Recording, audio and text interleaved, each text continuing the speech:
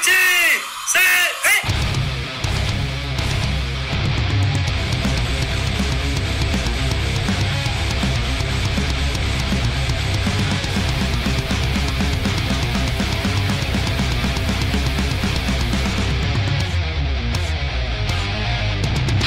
Good afternoon, football fans, and welcome to NFC Week, right here on 3 and Out, 8 divisions in 8 days, NFC North Edition, right here on IE Sports Radio, your direct feed for all that is sports.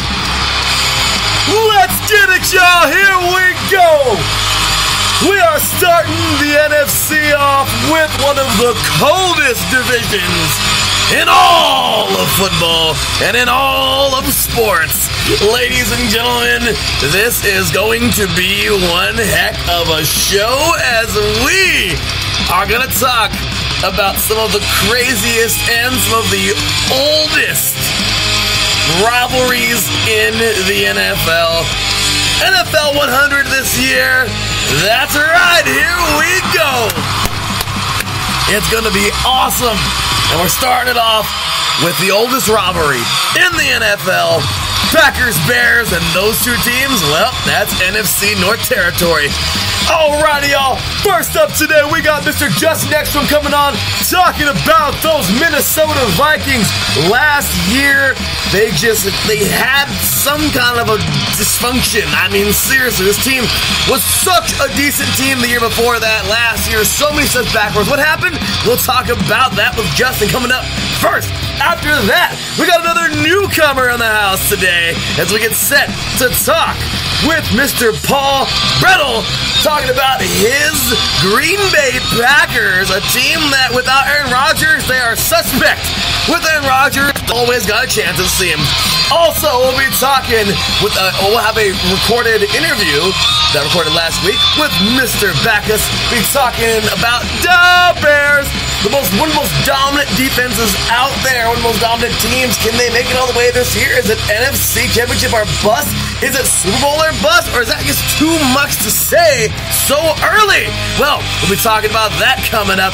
Also, we will be talking, this is going to be awesome. At the end, I'm loving this one because this team, Matt Patricia, defense. Y'all know I love some great defense. Well, we will be talking today, coming on up, Detroit Lions with yet another true diehard, Mr. Brian Wallace. Can this team shock the NFC North? We'll find out. You're listening to 3 and Out, 8 divisions in 8 days, NFC North Edition right here on NFC Week on IE Sports Radio, your direct feed for all that is sports. Welcome, football fans. Well, there you go. There's so much to say in so little time, but I try to shorten it as much as I possibly can. Regardless, y'all already know what's up. Tons of football coming your way. We have 16 teams down and 16 to go. We are right here at the half right now, y'all. So, hey, can we get a round of applause for getting halfway through the NFL? I mean, I love doing this. I love doing this entire show, but I love doing 8 divisions in 8 days. Like, seriously, this is such a neat division. Such a neat part of the show. So I'm over there tweeting and doing a million things at once, so I got distracted. But I'll tell you right now, this is, I love doing this. This is one of the coolest things I get to do here at IE Sports Radio. And I love talking to all of these different divisions. Every year, it is just so much fun talking with all these true diehard fans. And we have one heck of a lineup. Well, we had one heck of a lineup last week, and we're going to be rolling right through this week. As I mentioned today, we got Mr. Justin Ekstrom, Paul Brettel will be calling in as well, a newcomer there. Mr. Backus, another newcomer, and another newcomer yet again, as I mentioned, Mr. Brian Wallace. So 3 newcomers today, and somebody who was on the IE Sports Radio Hall of Fame ballot last year. Let's see if we can get him in there this year. So with that said, y'all, we have ourselves one heck of a show coming up. As I mentioned, one of the coldest divisions in the NFL. I love watching this division. Because just like the AFC North, this is a hard-hitting division. And it's historic, too.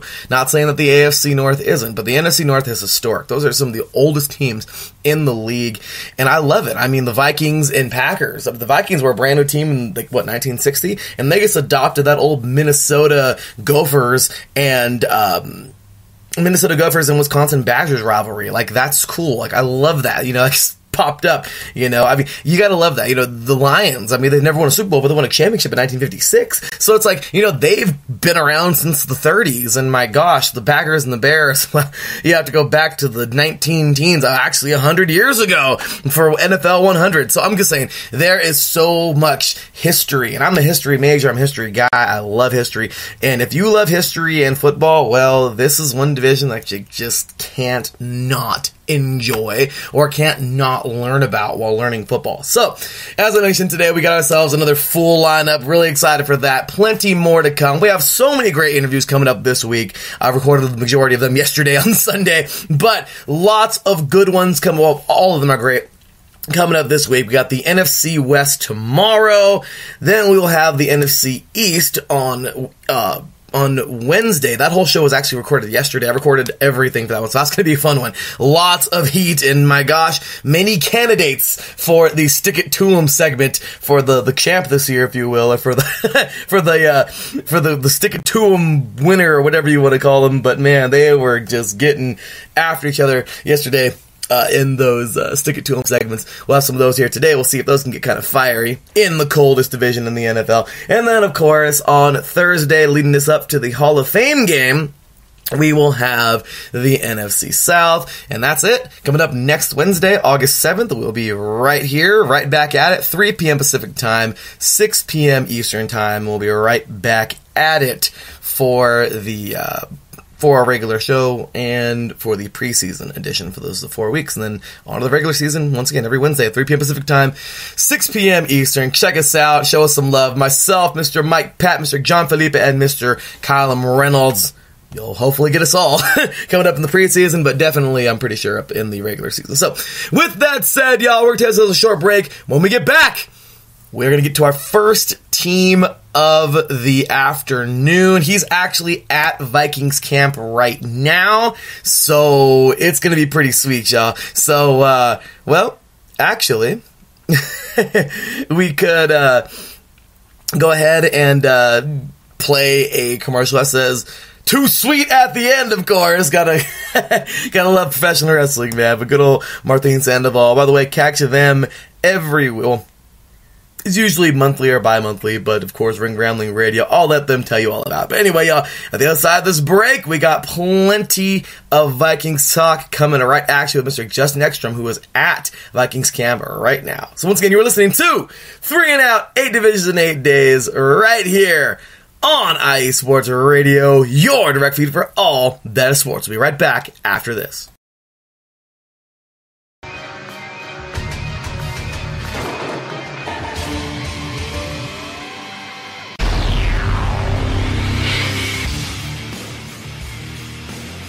Wrestling fans in the podcast world, you are in the right place to listen to the right show, the premier show in the professional wrestling podcasting world. This is Ring Rambling Radio, and you're listening to one of the co-hosts.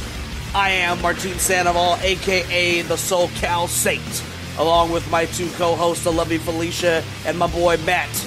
Yes, every Saturday or every other Saturday morning, you can listen to us, the premier wrestling team, giving you the premier wrestling news, rumors, updates, event discussions, everything that has to do with professional wrestling. You're in the right place.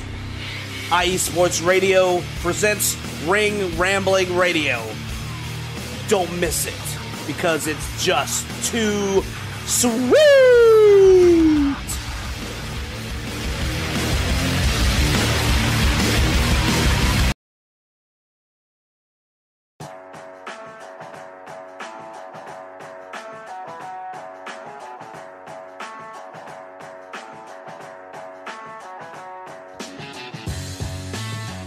Two Wheels Wednesday is the place to come for all your motorcycle sports news every Wednesday on IE Sports Radio with myself, Matt White.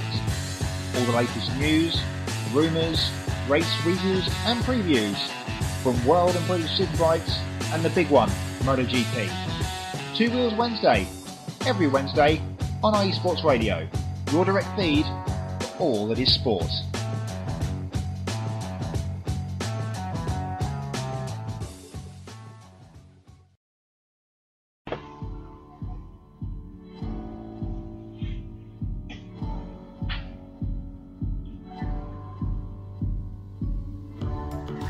Hi, I'm Phil Robinson, running points, setting up Phil Jones for the finish.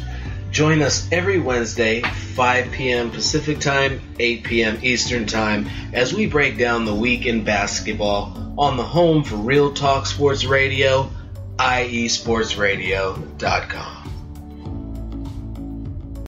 Drivers, start your engines.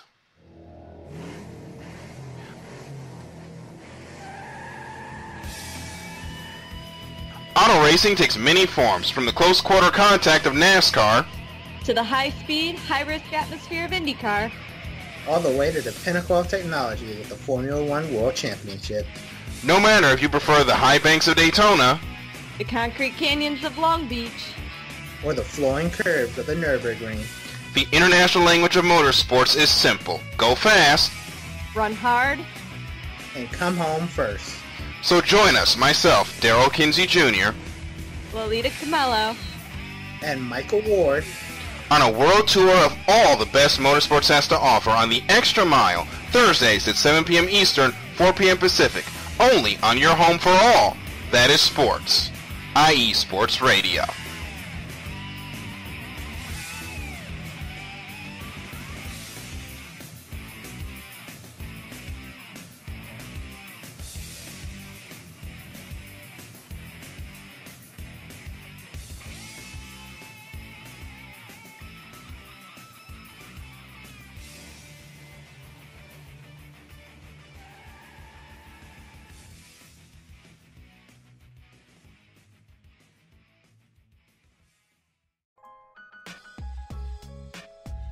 Hey, what's up, sports fans? You're looking for a different type of sports talk show, something you haven't heard before? You gotta check out the BS3 Sports Show every other Saturday on 2 Live Stews Radio, 1 p.m. Central Time, 2 p.m. Eastern. Sports talk at its finest. Always have great guests, playing some good hip-hop. You don't want to miss it. Make sure to tune in to the BS3 Sports Show every other Saturday at 1 p.m. Central Time, 2 p.m. Eastern. Ladies and gentlemen, hear me and hear me good. If you like sports, then you like the Wait a Minute Show. If you like comedy, then you like the Wait a Minute Show. If you like a different opinion coming from a different angle, then you like the Wait a Minute Show. So join me Saturday, 8 p.m. Eastern Standard Time with your host, Jelani J.B. Bodie. And of course, my man Lopan on the WaitAMinuteShow.com. Ain't that right, Lopan?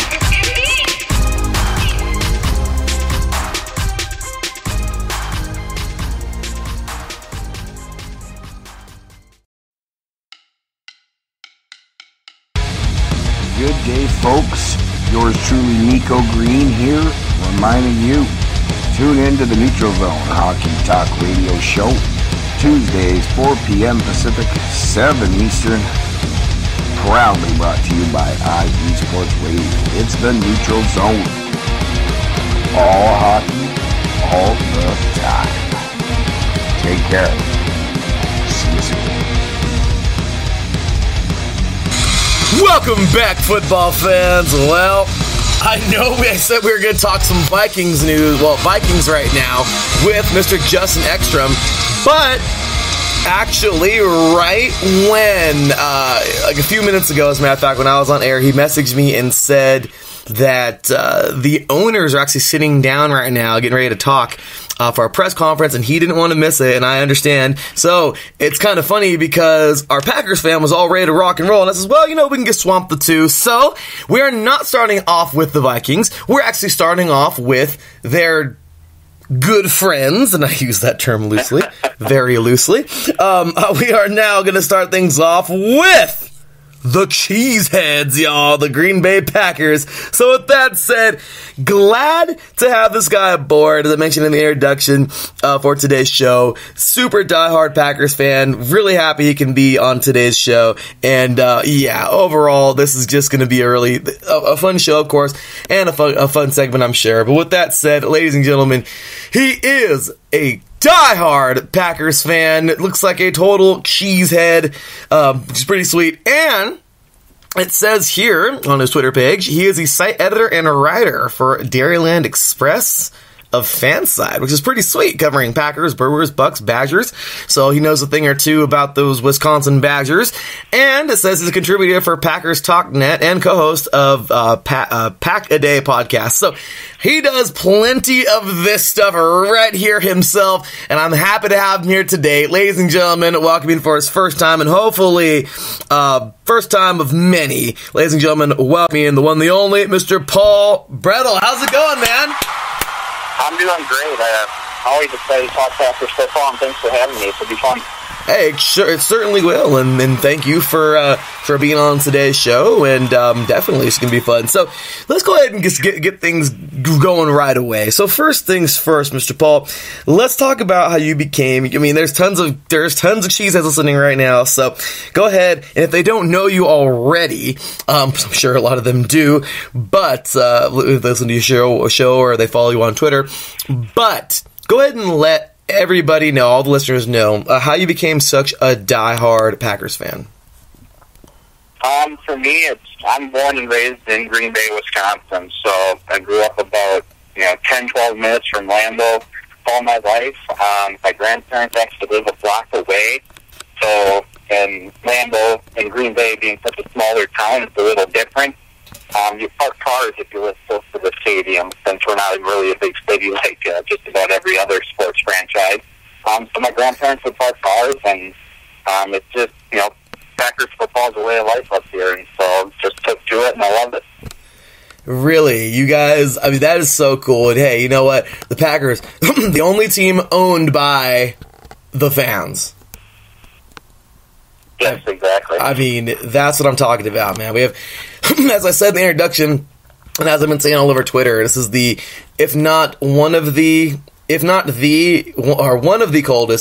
coldest division in the NFL. And my gosh, it's just, you guys up there in that frozen tundra, I don't even know how you do it, but I salute you all. I mean, yes, exactly. I always say, if you're going to go to a Packers game, you got to go after Thanksgiving, get that real cold weather experience. Yeah, you guys, I mean, I remember seeing a dude, I mean, it's actually, no, you see this, it's very common to see this.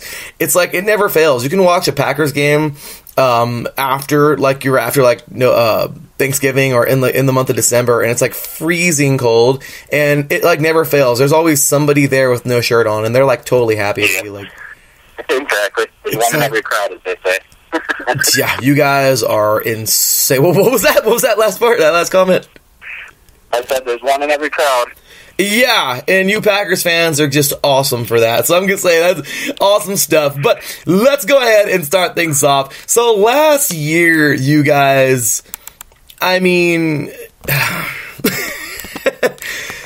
it's like when Aaron Rodgers isn't there, the team isn't there. It's kind of how it goes. You guys had just a rough go. Rodgers had some injuries. It's been kind of the thing for the last couple of years. I mean, of course, he is one of the greatest quarterbacks of this era, without a doubt. But last year, you guys would finish at 6-9-1, and just one heck of a... This was a rough go for you guys. So let's go ahead and talk about last season, and just go ahead and pretty much just talk us through the season however you'd like to, and let us know your thoughts on last season. Yeah, it was frustrating to watch. like you said, Aaron Rodgers is one of the most talented quarterbacks from this era and in the game. And when you have a down season with him, even though he was banged up, it's frustrating. But I think there's some positives that we can take away. Of their 9 losses, 6 of them came from within a score, and that doesn't count the tie that we had against the Vikings. So they were right there in the number of games. A play or two either way. I don't like to play the way it's seen, but a play or two either way, you never know how they turn out. But they've made a lot of changes this offseason. Byron Bell at right guard is now Billy Turner.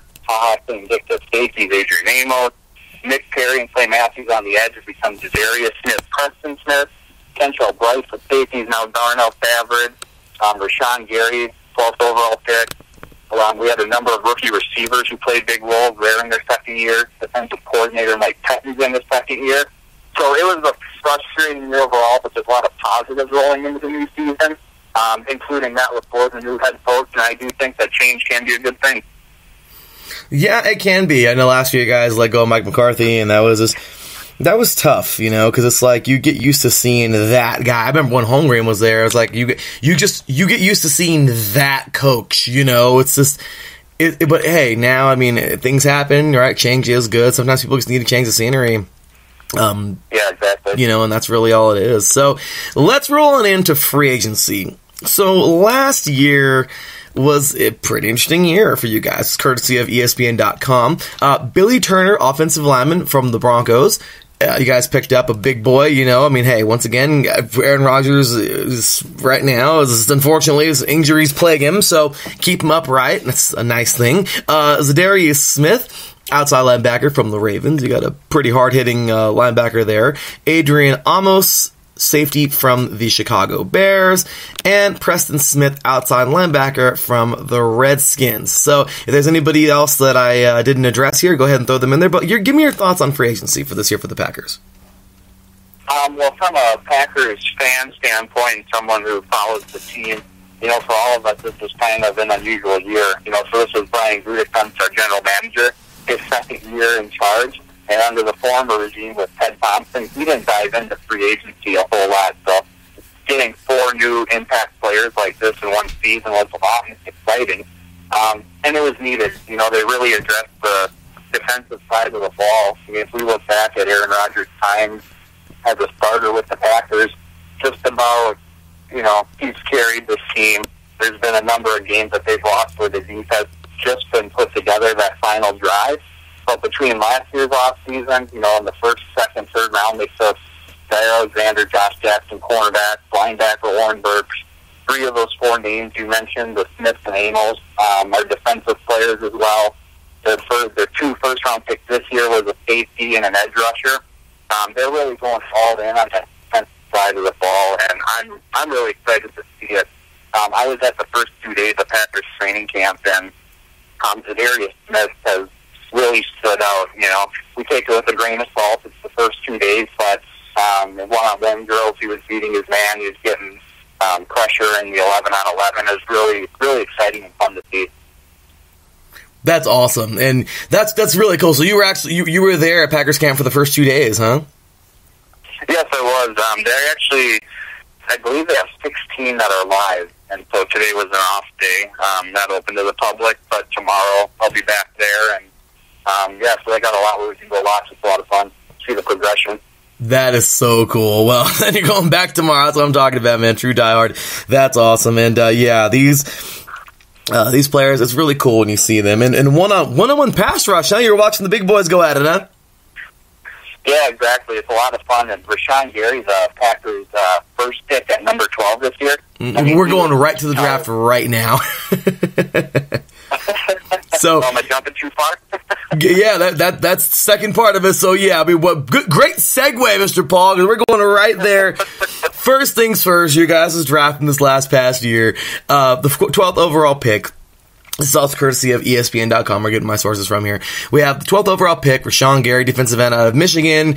I have to just say this, I'm very positive you're a Big Ten guy. So, the rivalries in the Big Ten are kind of like the rivalries in the NFC North. Y'all just love to rival the heck out of each other in all sports up there, and it's awesome. So, but yeah, I don't know your absolute thoughts on this young man right here from Michigan. I'm just kidding. But this is going to be, in my opinion, a pretty dang good pickup. Very tough edge rusher here in Rashawn Gary. Next up, you had 2 first-round picks. Darnell Savage Jr., safety out of Maryland. The Terps had a solid defense this year. He was a big part of that defense. Next up, another big boy out of Mississippi State, Elgton Jenkins, center/guard out of Mississippi State. Once again, in the 3rd round, you guys picked up Jace Sternberger, tight end out of Texas A&M. I was watching this guy in the gauntlet drill in the combine. I was watching this guy, I don't know if he played in the Senior Bowl or the Shrine Bowl. I forgot where he played on. Actually, I don't remember even seeing him, so forgive me for that. But this guy is a solid player, though. In the combine, his hands are just great. Big, tall dude. Big target for Aaron Rodgers. And you know, Aaron Rodgers will make a target of anybody. Trust me. I mean, Aaron Rodgers makes receivers, in my opinion. So, certainly an exciting player for him to another weapon for him to add to that offense, or for them to add to the offense for Aaron Rodgers. We have Kingsley Keke, which is somebody who I have no idea how he fell so dang far, but my gosh, what a steal. Defensive tackle out of Texas A&M. Gig him. This guy's a big hoss. He's a big monster. And you know what? This guy right here, I think, can really help out to the interior of that defensive line. Next up in the 6th round, and actually you have a few more picks. 6th round, you guys got Kadar Holman, corner out of Toledo. Don't know much about him. Or this, well, actually, I do know about this next guy. Of course, I'm a huge USC fan, so I know a thing or two about Notre Dame. But we got Dexter Williams, running back out of Notre Dame. Interesting he fell this far as well. But a great pickup, in my opinion, who could really come in and help out. And then the last pick, you guys have Ty Summers, inside linebacker out of TCU. So, with that said, let's go ahead and go over your draft, man. Go ahead and talk to us and tell us all about what you thought about your draftees. If you want to continue what you were saying for before I so rudely cut you off, sorry, Mr. Paul, about Mr. Rashawn Gary. But it was a great transition, though. And tell us all about your draft, the guys that you think are going to jump in and make an immediate impact, maybe some guys down the road. Let us know what you think. And, of course, if you would like to, give the Packers a grade. Yeah, of course. I think that this could turn into a pretty good draft class overall. Rashawn Gary, he was touted for his athleticism, and I guess some of the knocks on him coming out of Michigan was that he didn't, have the eye-popping production numbers that you'd expect from a 12th overall pick.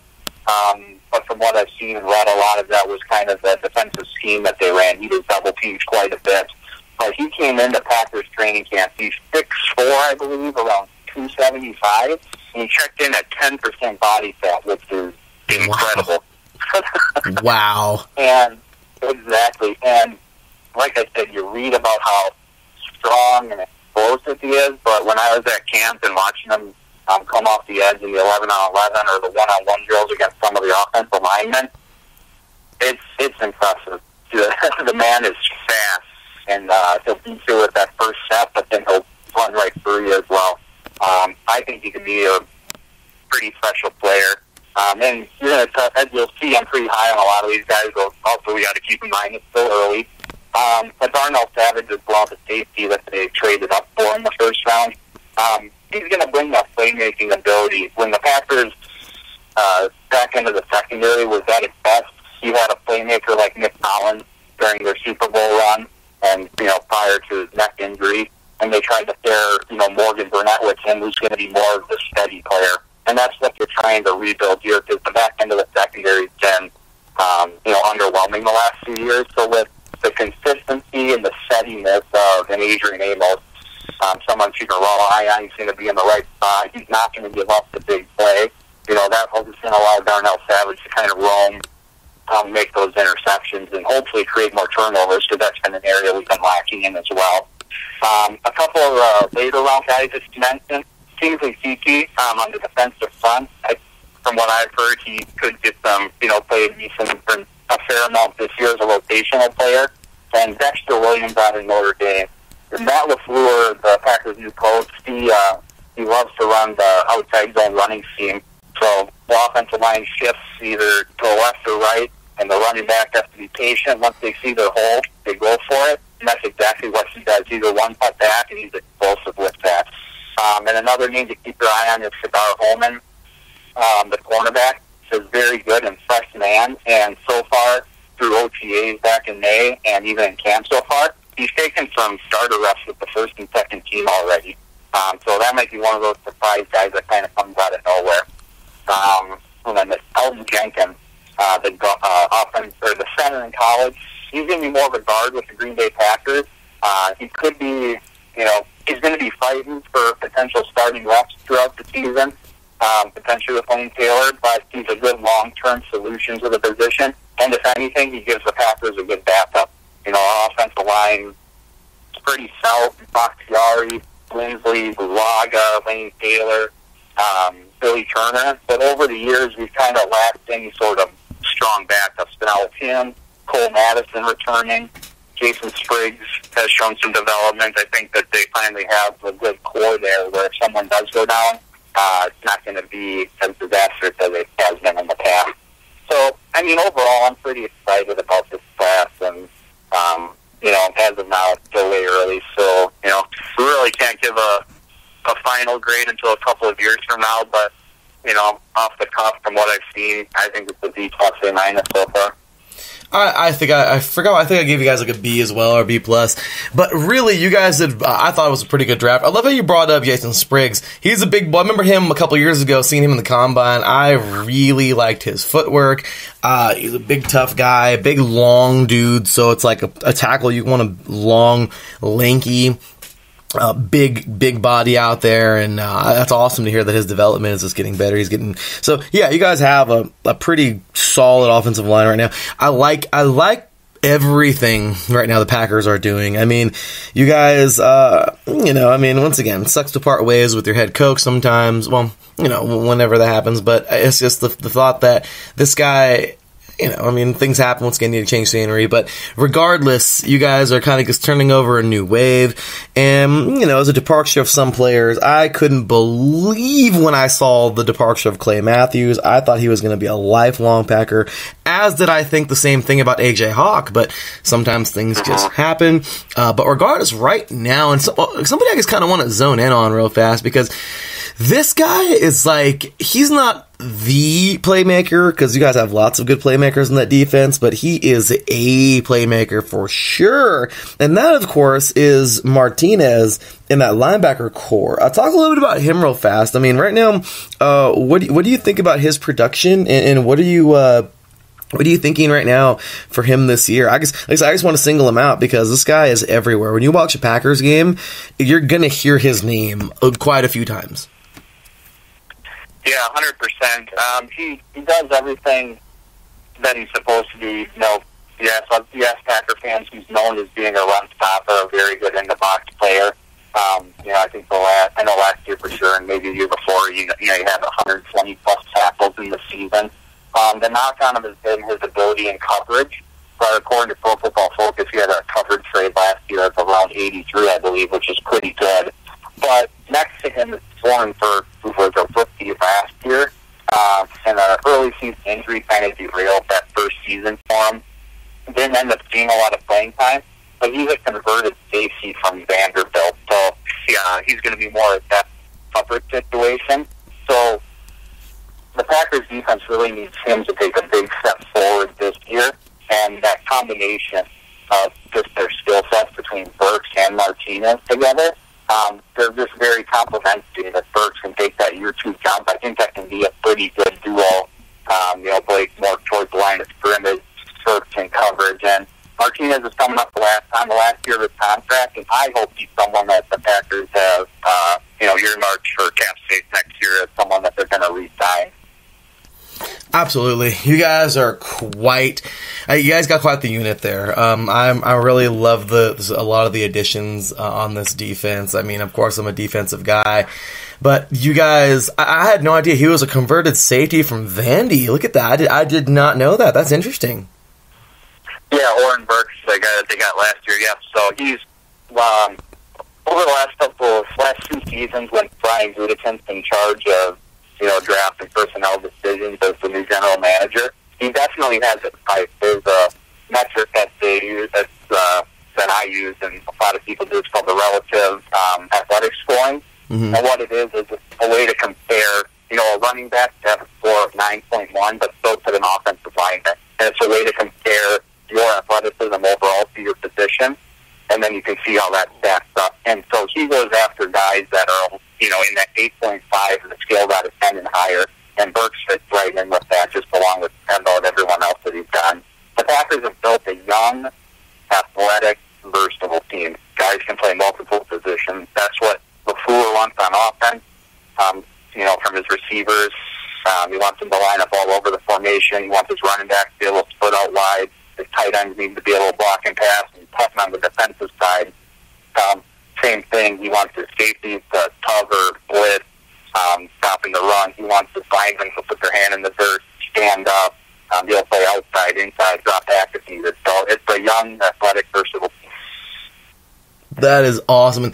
Okay, that was, Oren Burks. I don't know why right now when you were talking about, when you were going through, when I asked about Martinez, I thought you said Martinez was. I was like, wait a second, he was? But, okay, so Oren Burks, was the converted safety. Okay, and also, another guy that I want to single out in this defense is because I feel like this guy last year, just talk about the production, or what you guys are expecting out of Jair Alexander. This guy last year is the second year in the league. This is a dynamite player. I mean, a very, very, very tough, raw player. Somebody back there that can bring you. I mean, no one's going to replace Charles Woodson. And me as a Raiders fan and you as a Packers fan, we really know, how much that guy really contributed to a defense. But somebody who can play kind of like that. I mean, give us your thoughts right now and kind of just talk about Jair Alexander and what you think he's, going to be producing, not just for this year, but for the years to come. I absolutely love the kid. As a rookie, he took his lumps at times, but you're going at that position as a rookie, but he's not afraid. I mean, he'll go up. He was happy to go up against Julio Jones last year, Stephon Diggs, any of those guys. And he's just, the way he carries himself, I felt like over the last couple of years, a lot of that role is Mike Daniels. Like, he just brings that swagger that, he's going to draw on your ear a little bit, that excitement that, that you want on the defensive side of the ball. And I think really sky's the limit for him. Pro Bowl, All-Pro, at some point in his career, but he just brings everything and that you want. He's a lot of fun to watch. That's awesome. So, great player there. And, of course, one more man, the general, if you will, Aaron Rodgers. I mean, what do you think, man? I mean, oh my gosh, how many years is this for this guy? I mean, he's been in for, my gosh, years. Yeah, I really can't keep on forgetting. He was drafted like 04, I think, or like 05, like in that area. So he's been around for quite some time. But of course, as I mentioned, the general of the Packers, if you will. I mean, really, what more can you say about the guy? And this year, he seems so, eager as always, ready to get out there and do your thing. I mean, how is it having, because I don't, of course, I'm a big Derek Carr guy. Of course, I love my Raiders. But since Rich Gannon, man, it's been tough to have. It's been tough. We haven't had that guy, there. So talk about what it's like being on the team, having that guy, like that leader, your franchise quarterback, and have him just be one of the most valuable players, one of the best players of this era. Honestly, you feel like you can win just about every game. It's always fun when the new schedule comes out. And even this season, it's a new coaching staff for the most part, a new offensive system. There's a lot of new faces in the building. But as you go through the schedule, you're like, oh, we'll probably be in that game. It's not going to work out that way every time, but you think that you're just going to be in the game regardless because you got number 12 under center. The stuff that he's done over his career, the Hail Mary, the last-minute drive, the incredible throws, you just kind of have this feeling of, you might be down, but all you say is there's 2 minutes left, just get Aaron Rodgers the ball, he'll figure it out. Here in Packer Nation, going from Favre to him for a majority, for Favre's first year in the league was the year I was born, so I know Favre and Rodgers as far as watching football, and I understand how spoiled that is. But when you got someone like him on the field, you just always feel like you're going to win, or at least have a very good chance at it. Yeah, I can imagine so. So, with that said, that is that for this interview. Once again, y'all, Mr. Paul Bretl, and I'm pronouncing that correctly, right? Yes, you are. One of the few. Well, thank you. I'm doing my best. Thank you, sir. So, once again, Mr. Paul Bretl, glad to have me here on the show. So, with that said, this is your moment, man, to have some fun here. This is called Stick It To 'Em, a little segment at the end of the show where you can be nice and respectful, mean, disrespectful, whatever you want to say. All thoughts and comments and opinions are owned here at Sports Radio, including the podcasters and the guests. So, you can say whatever you like to about the other three teams in the NFC North, as well as about your Packers this year. Give them final records if you'd like. I think all of them are going to do this year. You could do your Packers final record if you'd like as well. I know some people are superstitious and, aren't about that and don't want to, and that's completely okay. But if you would like to, go right on ahead. So with that said, ladies and gentlemen, Mr. Paul Bretl. Paul, stick it to him! So what I have to say to the other three teams in the division is, first off, I'll start off with something nice. I think this is going to be the best division in football. If we look at where everyone might fall, a 7-win team, a 6-win team, 8 wins, that might be the bottom of the division. And so it's going to be really tough for all 4 teams.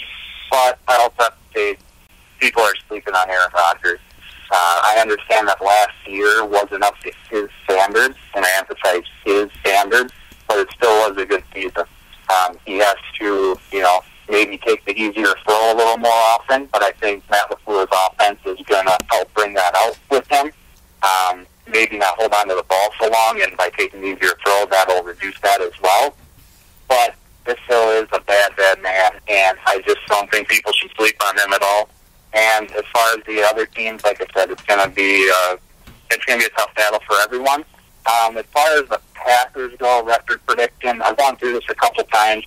I'm going to chicken out a little, and I've come between 9 and 11 wins. So I'll go with that. Alrighty, well, you know what? What a nice guy. No fire, no thunder, no craziness.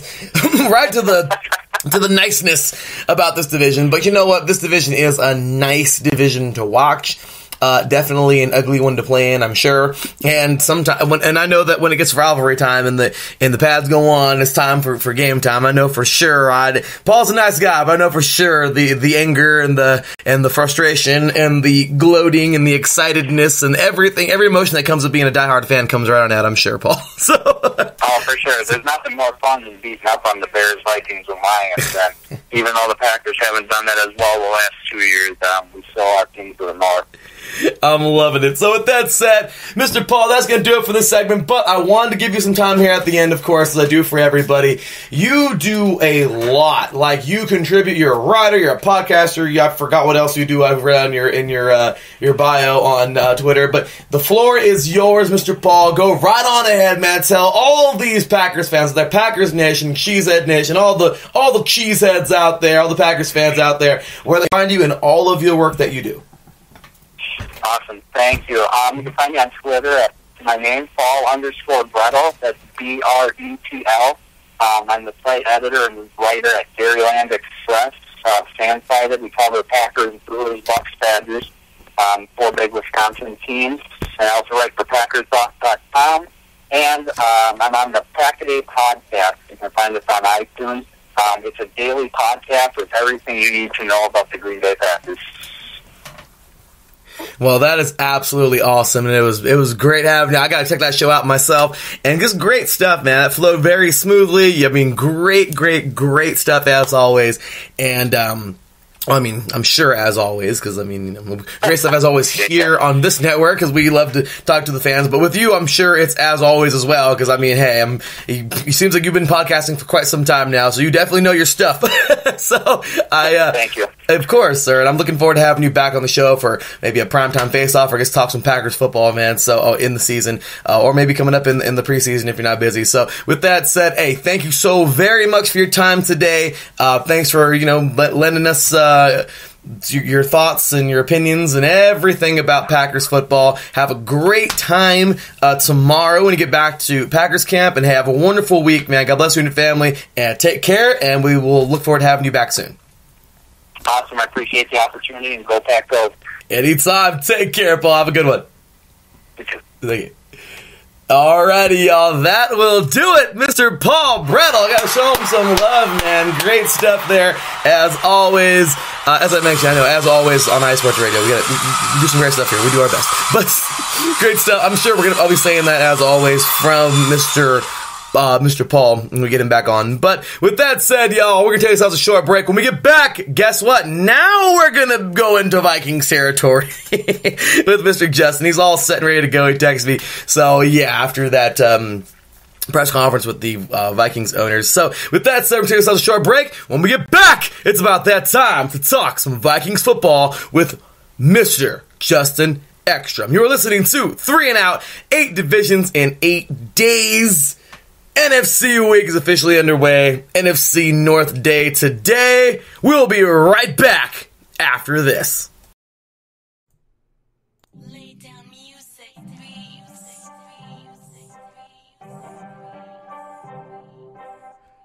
Hey, what's up, BS3 sports fans?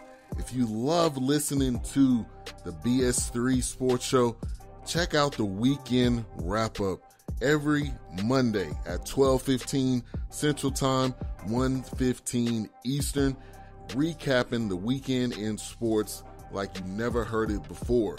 Comedy, interactive chat room, it's a must listen. Weekend Wrap-Up on Spreaker.com, part of the X Squad. Check it out. You won't be disappointed.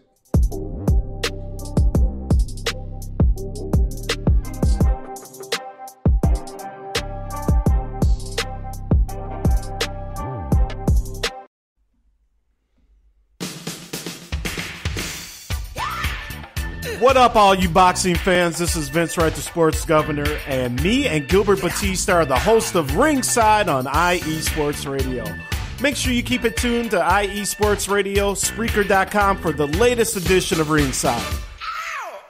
All the boxing news you need right here. Keep it tuned, Spreaker.com, IE Sports Radio, your direct feed for all that is sports.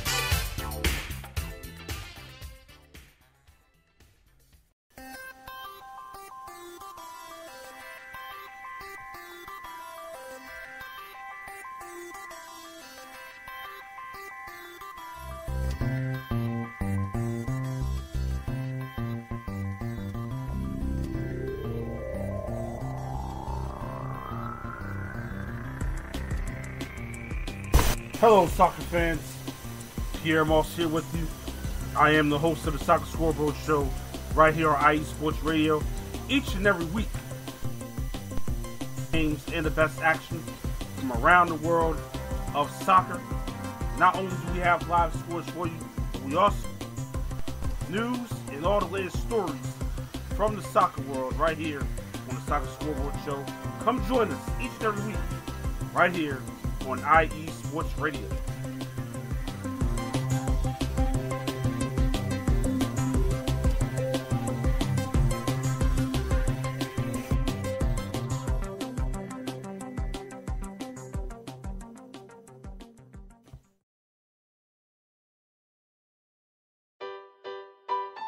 Hi everybody, it's Calvin here from USRN, here to give you an important message. Since 2017, we have done our absolute best to provide you with nothing but the highest quality of sports calls in the greatest of quantity possible. Thanks to you, our station has grown more than we ever thought. That's why, with your help, we would like to grow even further. Just think, twice the amount of your favorite calls, 24 hours of coverage, talk shows, play-by-play, game-by-game analysis, and so much more. That's right, USRN2 is officially in development. But we can't do it alone. We have set up a GoFundMe page that you can access from our homepage on the left of your screen. We also are planning special giveaways and prizes to our highest donors. Our goal here at USRN is to bring you the best calls possible at no cost to you. In order to continue to do that, we need your help now. Please check out our GoFundMe page, and if you would like to know how you can help, you can email usrnradio@gmail.com. Without your support, we couldn't do what we do.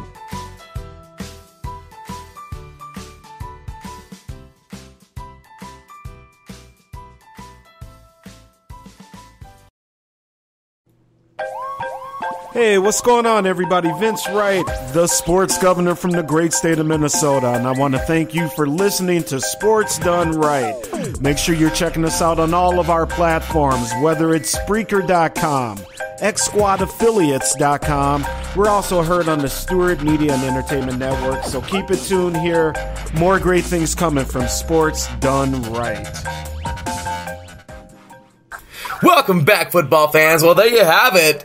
The sports governor of Minnesota, Vince Wright. And what a commercial to end on, right? Sports Done Right. Check him out, by the way, man. The Sports Done Right show or Sports Done Right. Go ahead and give him a follow on Spreaker. On Spreaker, Vince Wright, Sports Done Right with his last name, W-R-I-G-H-T, Mr. Vince Wright. Of course, one of the hosts of Ringside here on IE Sports Radio, along with Mr. Gilbert Batista. The Cut Man, as named by the sports governor of Minnesota, Mr. Vince Wright. So check them out once a month here, talking some boxing and MMA here on IE Sports Radio. But with that said, speaking of the sports governor of Minnesota, Mr. Vince Wright, and speaking of Minnesota and his team, the Vikings, well, guess what? His co-hosts over there, I hope they're still doing the show. I think they are, but on the North Star podcast, and of course, this guy has so many different avenues. It's hard to keep up with what he does. He's writing. He's on a radio show over there, like an actual live radio show. He's got his podcast going. He used to host this one show called the Horned Disclosures podcast. I mean, this guy is literally. It's really tough to keep up with everything he does because he does so much and it's awesome. So courtesy of Twitter here, taking a look. It looks like he's covering for KNSI, which is pretty awesome. So KNSI Sports. Never heard of it, but I know it's something over there, but still, it's really freaking cool that he's doing this now. And once again, the North Star podcast with him and, yes, it says him and Mr. Vince Wright. So great stuff up there in the, not the Great White North, but pretty close to it up there, close to Canada, but in Minnesota. Ladies and gentlemen, he is currently at Vikings camp right now, as I mentioned. He literally I told you we shifted around the times with Mr. Paul Broyle. He was awesome enough to shift around the times with us. But he just caught the presser with the Vikings owner right now, so super cool, and we had to push out the interview a little bit, but now he's back at it, he's back, he's not really back, but he's here, and of course he's back on iSports Radio. Glad to have him here. He was on the IE Sports Radio Hall of Fame final ballot last year. Just letting you know, you're going to be back on that ballot this year, Mr. Justin. You're just, once again, man, super duper diehard sports fan and just all around great guy. Glad to have him here. Ladies and gentlemen, once again, glad to have him back on the show for today. Once again, he is a writer. Actually, not writer. Well, I mean, he is a writer, but he is on KNSI and the North Star podcast of Mr. Vince Wright, the one, the only, Mr. Justin Ekstrom. What's going on, Justin? Not a whole lot, man. It wasn't even a presser, to be honest with you. It was just like a sit down. It wasn't even official. It was just all of us sitting around a circle with Mark Wilk, one of the co-owners of the Minnesota Vikings, and it was super cool. I'm so glad that you guys were able to facilitate that and let me get in on that. So it was a good deal. I can't wait to piece that up for KNSI and KNSI Sports. It's just a little local station in St. Cloud. That's where I do most of my writing, and I'm actually on the air on the Saturday Sports Special as well on KNSI and 1450 FM 99.3 in KNSI and up in St. Cloud. So thank you for having me on. I love this stuff. Hey, man, that's really cool, and thank you for clarifying what you do. And, hey, thank you for being on today's show, man, because I love having you on here. When it comes to Vikings, of course, I think of Vince, and, I think of a few others, but I don't know, man, it's like you're the Viking. You're the dude on the helmet. That's all there is to it. You're you're the Viking, I'm just saying, man. It's great having you, and you certainly...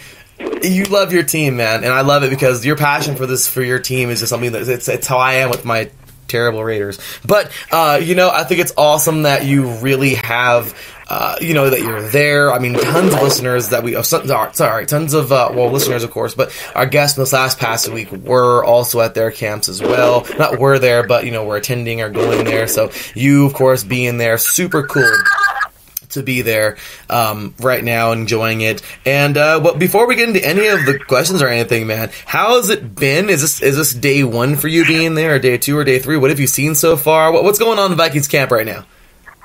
This is day 2 for me. I was here for the last day of the rookies and the select vets. You know, they do like a little 3-day deal. I don't know if that's what the Raiders do too, but they bring in the rookies and some select vets like the quarterbacks and some of the running backs or somebody rehabbing from injury. I was here last Thursday for that. Just like a quick little half day. And then today is my first with like the full vets, but they've only been here for 4 days. So it's nice with a padded practice today. It'll be their second practice with the pads on. And then they have a day off tomorrow, so I think we're going to see a couple one-on-one battles that it's going to be nice to see. Like that D-line is a little nipped up just to see those guys go and see if they can go full speed. That's where the pad practice comes in. You know, a lot of people are like, what's the difference? What's the difference? Well, it's hitting people. That's the beauty of it. Yeah, that's football. So. It's actual real football, and it's nice. And all the players... You know, we always ask the question, like, what's the difference? Why do you like this so much better? Because they get to hear the helmets hit the pads, and they get to feel, like if they're coming back from a knee injury, you know, they get to feel what it is with that extra weight on there, and when they have to cut with pads on there. It's actually kind of a big deal. It really is, and it's awesome. I love it when we throw the pads on. It's football, man. So, you know, of course, I mean, hey, it's a tough, rough, nasty sport, but at the end of the day, you gotta love it. So, last year, of course, you guys would finish at 8-7-1. You know, you guys took steps backwards. Yeah, I mean, it was so tough. I was tough on the Vikings last year on the show because I was so convinced that they could be a Super Bowl winning team with the team that you guys had in 2017. And then last year, it's like that defense didn't even look anything like they did the previous year. It was a rough year for you guys, but still managed to finish second.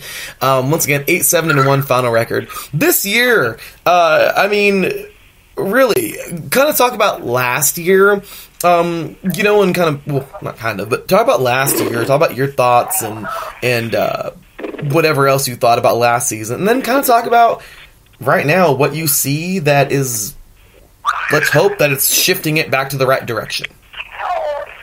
I think for me, like when you just to encapsulate the entire like 2018 season, just you got to know who that one tie was against.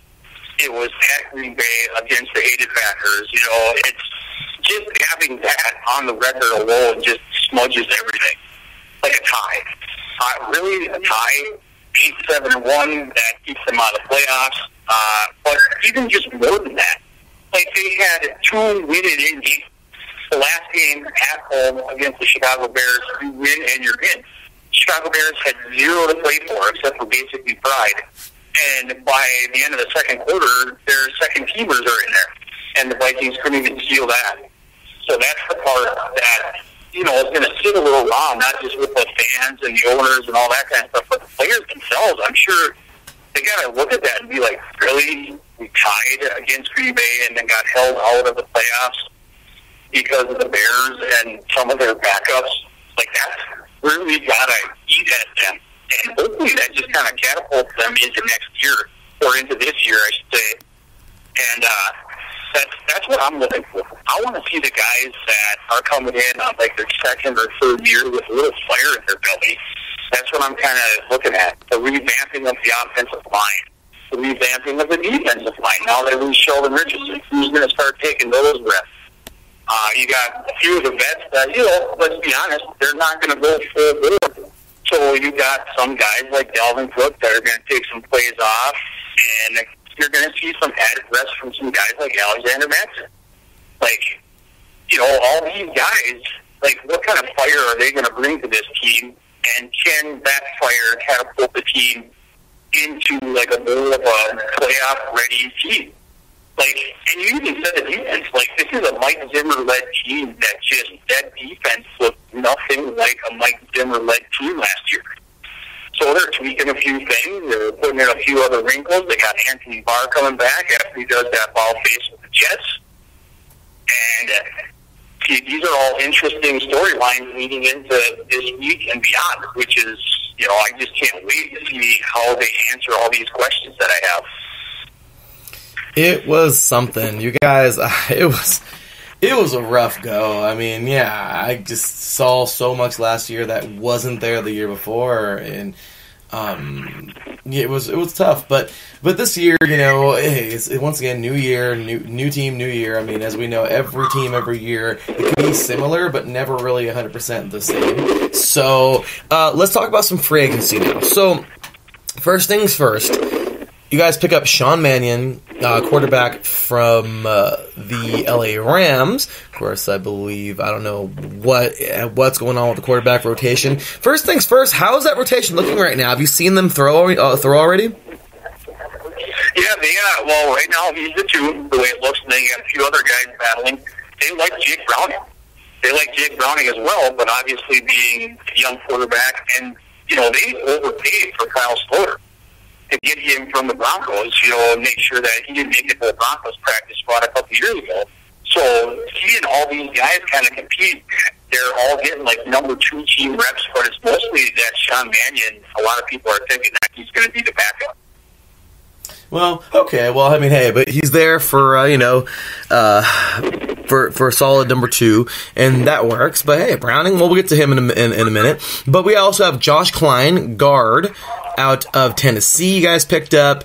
You have picked up Dan Bailey. Well, not picked up. You have re-signed Dan Bailey, the kicker, and also Anthony Barr had re-signed.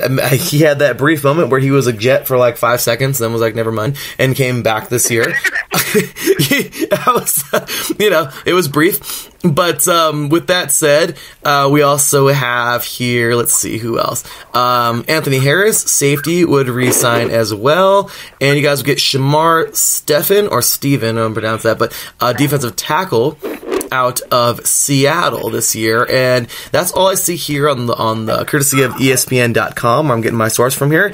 Also, if there's anybody else that I am forgetting or anything like that, go ahead and add them in. But overall, free agents, Mr. Justin, what did you think this year free agency for the Vikings? Well, they had a plan. They had a plan. They wanted guys that knew the system.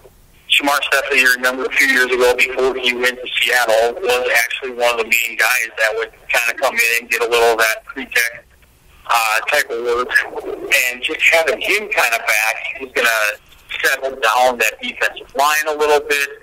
We got Everson Griffin, one of your favorite guys, at the end. He's coming back. He restructured just so like Anthony Barr can come back, and everyone. I think the Vikings have like $5 to spend for the rest of the season or something like that. So, I mean, they had a plan, and it was to facilitate the defense towards what they were best in. You got Anthony Harris now instead of Andrew Snehu. Snehu was one of those guys that was, in the biggest moments, he would have like a big hit, but then he'd be out the next couple of series because he had those lingering concussion symptoms. So having a guy that knows the system like Anthony Harris to come in to solidify that with one of my favorite guys and one of the most quintessential pieces of the Vikings defense, Harrison Smith. Having him on the other side of Harrison Smith, that's kind of important. And then having a guy that like Julio Johnson, second-year guy, have him coming in and be a little more of a three-tech guy, and a few rotations like Jalen Holmes, they moved him into the inside. And they have him taking some reps at the nose tackle position. And, this day and age of the, not just like the Vikings, the Mike Zimmer Vikings, but like the NFL, is more of a rotation now. You get these guys going hard for like 1 or 2 plays, you get them out for another guy that'll be more adept to run or the pass or whatever the situation may be, just so that they're rested for the next series. And that's what Mike Zimmer is trying to do with his defense, is getting like a night where no matter who they put in there, everyone's ready to do their job. That's what I'm talking about. That's exactly what this is. It's a job. I mean, yes, you are an athlete, and yeah, you get to play and be glorified on TV and everything. But at the end of the day, this is literally what it is, a job, just like the next man. So, yeah, come on in. Do your job, and I like that. So, with that said, let's go ahead and jump onto your draft, Mr. Justin. Let's go ahead and recap your draft. and you can let us know. Number one thing, you can let us know how any of these guys are doing in camp right now, if you'd like, and also give us a final, or maybe not final, but give us a grade of your draft this year. So we'll just go down the list real fast. It's courtesy of ESPN.com. So we have Garrett Bradbury, which I thought was the best offensive lineman in the draft. I mean, seriously, this is the dude. Like, he was everywhere. Just such a tough player. Great feet, great hands. Like, I mean, well, in football, you see him play, great hand placement. At least from what I saw in some of the highlights when he was drafted, he is just a overall just freak of nature type of offensive lineman. And when you guys picked him up, I was like, oh my gosh, that is just great. So with the 18th overall pick, you guys picked him up in the first round. Second round here, you guys picked up with the 50th overall pick, Irv Smith Jr., tight end of Alabama. Pretty good tight end there, I would have to say, coming from a pretty tough Alabama team. So next up, third round, 102nd overall pick, Alexander Madison. We have here running back out of Boise State. Don't know much about him, but I believe he is the first, and if he isn't, my apologies, but at least from what I, off the top of my head, would know, he's the first running back out of Boise State since Jay. So, I mean, the guy is, hey, Boise, of course, playing on the Smurf turf over there. I mean, they do make players. Drew Samia, offensive guard out of Oklahoma. Big, strong hog molly there, man. It's a big boy right there. So he is a tough player from Oklahoma. This team, I mean, he blocked for Kyler Murray. I mentioned the other, I forgot his name already, but the other offensive lineman that was drafted out of Oklahoma as well. So very worthy picks there, in my opinion. He fell to the fourth round, which you guys, I feel like, got a pretty good pick there in the fourth round with a big guy like him.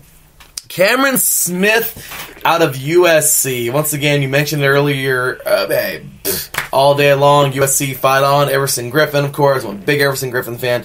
But you guys, man, will get... I still remember I still remember like it was yesterday. I think it was against Utah 4 years ago when Cameron Smith got his first start as a freshman at USC and picked off a ball and ran it in for a pick six. I mean, it was awesome. So this guy right here is just a all-over-the-place linebacker, tough guy with tons of heart. He plays with he brings the boom. He plays with so much football IQ. He's a very good player. So, fifth round pickup here. I like that for you guys with the 162nd pick. So, I really like that a lot. Hopefully, we can get in there and help you guys out. Also, Armon Watts, defensive tackle out of Arkansas in the 6th round with the 190th overall pick. Don't know much about him, but big defensive tackle from the SEC. I mean, can't go wrong there, right? In round 6 with the 191st pick, Mark Epps, safety out of Wyoming. Don't know much about him either, but those Cowboys have been pretty decent in the last couple of years. Also, I'm going to butcher his name, but in the 6th round with the 193rd overall pick, let's see, let's say Mecca, I believe. Udo, I don't want to butcher his name, but also offensive tackle out of Elon, FCS school. So I'm a big fan of FCS schools and of course the lower schools. So good pick up there in the 6th round. Let's see if he can make the team or get in there and get some depth, as well as Chris Boyd, corner out of Texas Hook'em Horns, with in the 7th round with the 217th overall pick, as well as in the final pick for your guys' draft. In the 7th round with the 239th overall pick, Dylan Mitchell, wide receiver out of Oregon. And nope, you guys had a couple more. Oh my gosh, you have more 7th rounds than I could even think of. Oh my gosh. Looks like Olabisi Johnson, wide receiver out of Colorado State, with the 247th overall pick in the 7th round. And then finally the last one, the 250th overall pick in the 7th round. You have here Austin Cutting, long snapper from the Air Force. So with that said, or from the Air Force Academy, so many picks there. I don't know all those guys, but Justin, go ahead and talk about some of those guys. Maybe some guys you've seen already in training camp, and maybe what you've already seen out of some of them, and of course, give them a grade from this year. Once you started game, I was like, okay, this is going to take a while because they had like 8,000 draft picks. It's just, that's the Rick Spielman deal. He wants to throw as many darts at the dartboard in hopes that one or two of them fit. And the ones that I like a lot the most is Chris Boyd, that corner out of Texas. He's one of those guys that's going to come in and could compete for some of those starting reps just because of the whole kill. He gained suspension. He's got, you got Mike Hughes, obviously, one of Vince Wright's favorite guys. He's going to be out for a while, starting the season on the pup list, probably. And just having, as many draft picks as they have, the big thing for me was Garrett Bradbury. Getting him in the first round, that moves guys around into their strengths. You got Pat Elflein now to move the left guard. And then you got Riley Reed out on the left tackle position. And it's kind of nice to have that a little solidified. It's weird to have the two centers like they have on the team like that, but it seems like the transition is seamless. Talked to Kevin Stefanski this morning, and he says Bradbury and Elflein get along perfect. Elflein is just one of those guys that he will do anything for the team, and is looking pretty stout at left guard. I'm hoping to see that in a little bit, just to see the one-on-one battle. And then a few of the other guys that are kind of it's kind of an interesting story, drafting a long snapper, right? Isn't that kind of strange? But me, anybody knows me, I love guys that serve their country, and that's what they do first, right? Is the Air Force, Austin Cutting from the Air Force, serving his country. He ended up, the Air Force ended up getting it so he could actually report to training camp and see what he can do. So they must like this guy enough to, fiddle with the United States government, right? I mean, in order to do a deal with the United States government, you must really like this guy. So there's a few other guys that are really good in the draft too. It's just I do like your guy out of USC. I believe he could push for a starting spot. Could push out Ben Gideon. It's just it's going to be tough because you got so many guys that are in that linebacker room. He's going to have to bring in Cameron Smith. Is going to have to bring. He's going to have to come hard. You already know that he is going to do that. So a few of those guys, and then, I'm not a draft guru by any means, but I gave them a solid, a B. I would give them a little higher. I just don't like the trading back. And I don't there's a certain type of confidence in where you are sitting at your spot and you take the guy. You just be like, that's my guy. That's the guy I always thought was going to be here. That's the guy I wanted, and I'm going to take him. I know you do fantasy football drafts, it's that sort of confidence where you're just sitting there in your second round and be like, wow, can't believe this guy fell to me. I'm going to take him. I kind of wish there was a little more Rick Spielman like that, but I mean, hey, I am also on record on KNSI Sports Podcast saying that I think 7 of these rookies are going to actually make 53. So that's a pretty tall task for me to be right, but we'll see. Well, I like, you guys had tons of draft picks, and hopefully they can all compete for a position out there, or at least compete to make the 53-man roster, or at least the practice squad for some of those later picks. But yeah, I'm looking forward for Cam Jordan. I'll see him play, man. He is a playmaker, and that'd be awesome if he can compete for a starting position. You got guys over there. Barr, of course, is the leader over there of that defense, or at least I feel like one of the leaders, and if not, please correct me if I'm wrong. Forgive me for that, Vikings fans and Justin. But I just feel like he's, one of those players who I feel are just he's a good tough player, and he's been there for a few years. But somebody like Cameron Jordan, he just comes in there and wants to play. He wants to. He's somebody who gets. You see him out there, and he gets you can tell he's like, I love doing this. I love what I do. I love football. I want to be out here and play this game. This is what he wants, and this is just going to be such a great. I would love to see him start. If not, at least I don't know why I said Jordan, Cameron Smith. I want to be able to see him get in there and make some things happen. He's such a good. He's fluent football, in my opinion. The guy just talks, he speaks fluent football. So, I guess, I can't say enough great things about that guy, but, of course, and Bradbury, man. And, yeah, Pat Elflein, we saw him in the comeback a couple of years ago. You guys are building that offensive line over there. You guys are totally building that offensive line, and I am so looking forward to seeing what you guys, continue to do there with, not just this offensive line, but with, everything he has to offer. You guys are just such a good, tough team. So, with that said, and like I said, I know I was tough on you guys last year. I said some maybe not nice things about the Vikings last year, about that defense just falling apart and them just not being the team that they were, because it was like you guys just took steps backwards.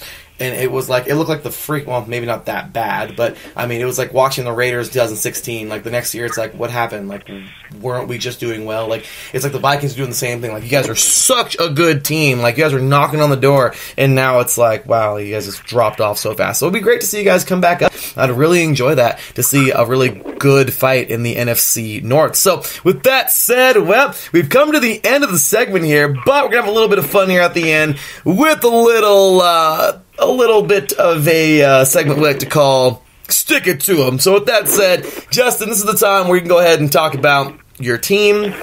Give them your final record if you would like. Now, some people are superstitious, so if you don't have to if you don't want to.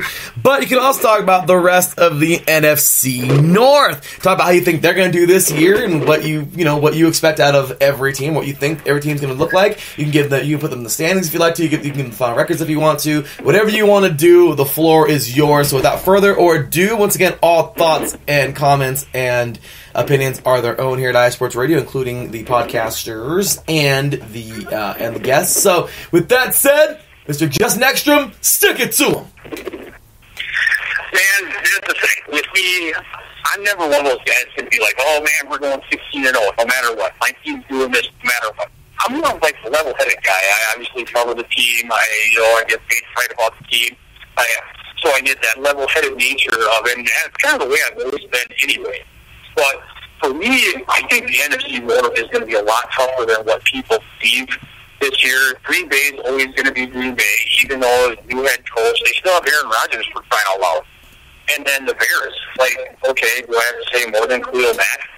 They are phenomenal. I don't know if they're going to take a step back or not. That's what I'm hoping. I'm hoping the Bears take a step back, but it doesn't look like they're poised to do that. And then the Lions are going to lion. That's the thing. They could be 10-6 one year and then 0-16 the next year. That's just what the Lions are always going to do. Matt Patricia's got the same proof in there. I like this Vikings team. I'm not in love with it quite yet. Right away after the draft, I said, okay, it's 9-7. That's what I was seeing. That's not going to get it done in the NFC. That's not going to get it done in the NFC North. So in the NFC North, you have to have at least 10 wins, especially against the Bears coming back from their playoffs, and just that, they're going to be hungry because there's going to be a sour taste from that little doinkadoo kicky, So they're going to have to be ready. 9-7 is not going to do it. That's what I had right after the draft. And then once I get a little more into it, I could see like a 12-4, to be honest, but I could also see a 9. It's just, can this offensive line sustain? Can this offensive line stay healthy? Can the defensive line stay healthy? We already have guys sitting out of practices because they're a little dinged up. Can Harrison Smith continue playing at the level that he is and carry this team? If he can, if Mike Zimmer can figure out all these nooks and crannies, and Kevin Stefanski, brand new offensive coordinator with a little senior help from Gary Kubiak, maybe they could do that 33. I don't know. That's the thing with me. I believe they're a good team. Right now, I don't see greatness yet. And I'm hoping I go out to practice here in 15 minutes and they prove me wrong. I'm about a 15-minute step away from watching these guys, and I look at them and go, oh my God, we're going 13-3. It's just my way of nature. So I'm not like the normal Larry B. guest where they're like, we're going to win the Super Bowl no matter what. I'm not like that. I know you know that already, but maybe some of your listeners don't know that. So I had to let them know. And my second favorite team is the Raiders, so I know exactly what you're going through. See, that's why you know exactly what season this is for the Minnesota Vikings. This is that, you had that letdown in 01. Then you had a season in 02 where you're not. This is that 03 season that you guys are kind of trying to figure out what's happening. And you just don't want it to end the way that your guys' team did, where 6 different coaches had to call plays and all that kind of stuff. So it's one of those seasons where, Mike Zimmer and Rick Spielman, they got extended. So they got that 1-year extension. Now they're on kind of a prove-it. If they start out on fire, which they're going to have to with this brutal schedule, I think they're I want to say 7th or 8th toughest schedule, but that, you know as well as I do, that doesn't matter. The Raiders supposedly have the toughest schedule, but if you come to play, you're going to get far more wins than what people predict, right? You are absolutely correct, and I didn't know that about you, Justin. That's cool, man. You're a Raider fan as well, so that's awesome. See, I'm going to start repping the Vikings now. Hey, Pirates, man, let's keep it all on the Pirates, right? Gotta love it, man. But that's awesome, man. And yeah, you need to go over there and enjoy your team, man. They're gonna hit the field in 15 minutes for practice. That is awesome. I'm so excited for you, man. Be excited, be jazzed up to be there. It's so cool, and I'm really looking forward to this team getting out there and doing much better than they did the year before. Well, last year for sure. I think the Vikings have everything they need to be better. Now all they got to do is go out there and be better. So with that said, once again, ladies and gentlemen, Mr. Justin Ekstrom. What a great guy, man. Great stuff as always from you, man. Thank you so much. Final bit of information, or final segment, if you will. Justin, the floor is yours, man. Let all these diehard Vikings out there, like Vikings fans in Vikings Nation, Skull Nation, whichever you like to say, man. Let them know where they can find you, your all of your writings, your podcasts, anything you'd like to share with the Vikings fans. Do so now. Well, so my writing is foremost. That's what gets me here. The Vikings have cut off all podcasters to be able to come here because they had a few situations. So me writing for radio stations is actually www.knsiradio.com. You can look for me there. I actually had an article from this morning on there. It's on-air news article, so it's only 12 to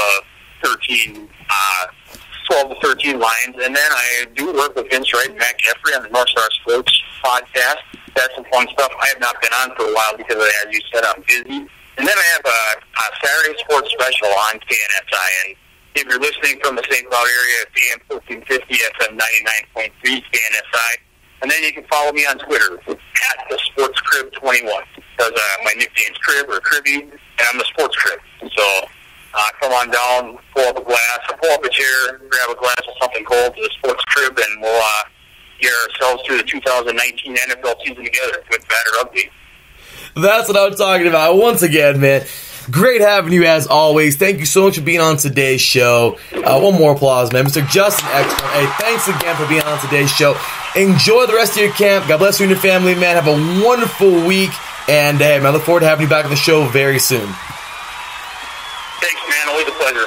Hey, always a pleasure here as well. Have a good one. Take care. Like I said, God bless you and your family. Have a great day at camp, and we'll talk to you soon. Alrighty, that was Mr. Justin Ekstrom. Great guy, man. Super great guy, as always. You heard him here. I mean, the dude's just a diehard, loves his team, but he's a realist, just like myself. So, hey, it is what it is, y'all. I mean, you can't sit here and always think your team is going to win every year. I mean, you got to be real in there, and you got to know. I'm not trying to say I have to be an optimist and to be a pessimist, but you got to roll with your team. So, great stuff, and looking forward to plenty more with Justin this year. Hopefully we can get back for a primetime face-off. Him and Kylan Reynolds with the Vikings and the Saints last year was actually the first primetime face-off we ever had, or actually 2 years ago. So that was awesome. Lots of fun, and just looking forward to, I think that was 2 years ago. Oh my gosh, has it been 2 years already since we've been doing those? But anyway, y'all, with that said, we're going to take ourselves a short break, and when we get back, we are going to go ahead and get on into the Bears. We are halfway through NFC North Day here on 3 and Out, 8 divisions in 8 days. NFC Week is officially underway. Talking NFC North today. It is NFC North Day here on IE Sports Radio, your direct feed for all that is sports. When we get back, we'll be talking to Mr. Backus about his Chicago Bears on the other side of this break. Don't go nowhere, I'll be right back after this. Here comes the pitch, and it comes in wide.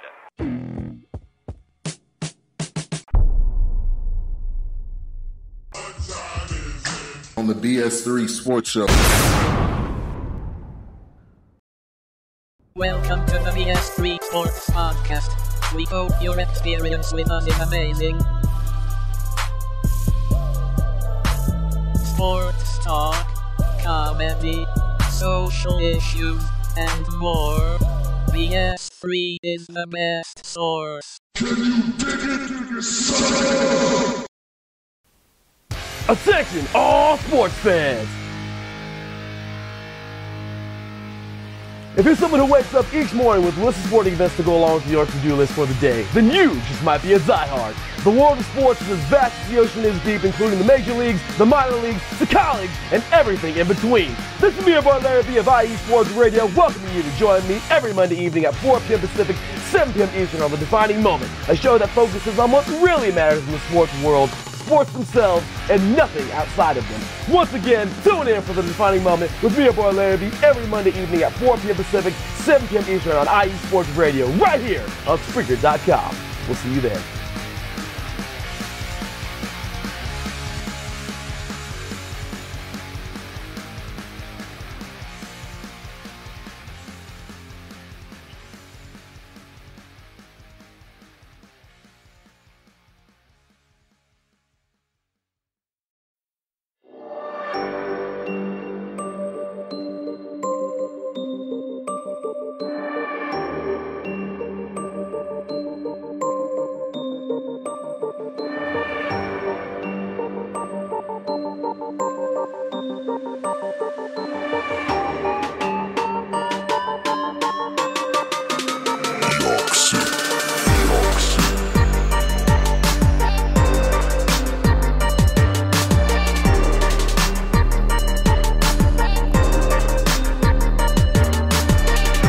From the home plate to the nets, the end zone to the finish line, here nothing is off limits and no sport is safe.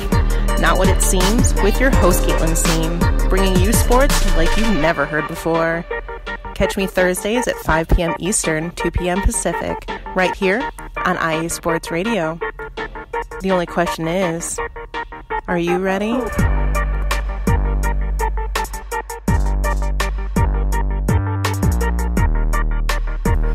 Welcome back, football fans. Well, big ups and big shout out to our first two guests of the show so far. Talking, of course, start things off with Mr. Justin Ekstrom, talking some Vikings football over there at Vikings camp right now. So big ups to him. And, of course, talking to another newcomer here on IE Sports Radio on 3 and Out, 8 Divisions in 8 Days. NFC North Edition, talking to Mr. Paul Brettel. So, talking Packers there with him. And next up, we got ourselves, once again, another IE Sports Radio first-timer. Glad to have him here. I spoke to him before we started the interview here today, and this is the first time he's ever done anything like this. So, hopefully he enjoys the experience. I hope you all enjoy the interview. It's going to be a lot of fun. This is the only recorded interview of the day. This interview was actually recorded on Saturday, so just 2 days ago. A couple days ago on July 27th, 2019. So, let's have some fun here and get on in to the Bears. With that said, y'all, he's actually the first recorded interview I've done of the entire week. So, he's starting us off here. So, I know we talked to Mr. Justin and Mr. Paul in the previous segments of the show, but they were live. So, the first person I get to even talk NFC football with is this guy right here. So glad to have him. Ladies and gentlemen, welcoming for the first time here on IE Sports Radio on 3 and Out. Once again, 8 Divisions in 8 Days. NFC week, kicking it off with the NFC North. Ladies and gentlemen, he is a fourth generation Bears fan, so yeah, it just runs in the family to be a Bear. Glad to have him here on the show for the very first time. Ladies and gentlemen, once again, welcoming diehard Bears fan and, of course, fourth generation Bears fan. Ladies and gentlemen, welcoming Mr. Backus. What's going on, man? How you doing today? I'm doing awesome, man. Thanks for having me. I'm so excited for this, and bear down to all my Bears fans that are listening. That's what I'm talking about, man. Bear down. It's Bears time on 3 and Out right now. So let's do it, man. Let's have some fun talking some Bears football. And you already mentioned to me, and I've said it various times already, or numerous times already. But man, you're a fourth generation Bears fan. I mean, I'm a second generation Raiders fan. So depending on if my kids want to take it and their kids want to take it, that's how cool it is that you've you've kept it in the family. You could have been any fan you want to, but you stick it right with the roots all the way from dad, grandfather, and great-grandfather. So that's really cool. Or, hey, you could even be grandmother, great-grandmother, or everybody. So it's awesome, and I love it. So first things first, Mr. Backus, tell us all about you becoming a Bears fan and your whole entire experience. Like, how did you even become such a diehard Bears fan? I mean, it's obvious, it runs in my blood, but when I was growing up, my dad always had something to do around the house, some kind of chore or something to do, always. So whenever the Bears were on, I got that break when I was a kid to go get away from doing chores and watch something, and we never missed a game. If we missed a game, we just felt dirty. So it just didn't happen in our household. When the Bears were on, we were watching the game. So my dad taught me right, and I'm so proud that I have a 4-year-old daughter, and I'm teaching her in the same way. She gives me a bear down when she walks by me in the hallway. It's pretty awesome to pass that on. So now going into the 5th generation Bears fan, so I'm excited about that. But yeah, just growing up, going to the games, going to Soldier Field, tailgating with a lot of my dad's friends. I was very fortunate to have family friends that had season tickets, so got to go to a lot of preseason games. They usually didn't waste tickets on us during the regular season, but I at least got to be there. And, when you're a little kid, preseason no different than regular season. It's just special. So I will be a diehard fan for the Bears fan for the rest of my life. And I actually moved to Denver 11 years ago with my now wife, and I still represent Bears wherever I go. So I know Broncos country doesn't like it, but I'm always repping the Bears. That is awesome. Can we get an applause, y'all? 4th generation. That is awesome. Hey, it looks like your daughter, she's already giving you the bear down, man. So it looks like she's a fifth generation Bears fan. That is. I know, it's crazy.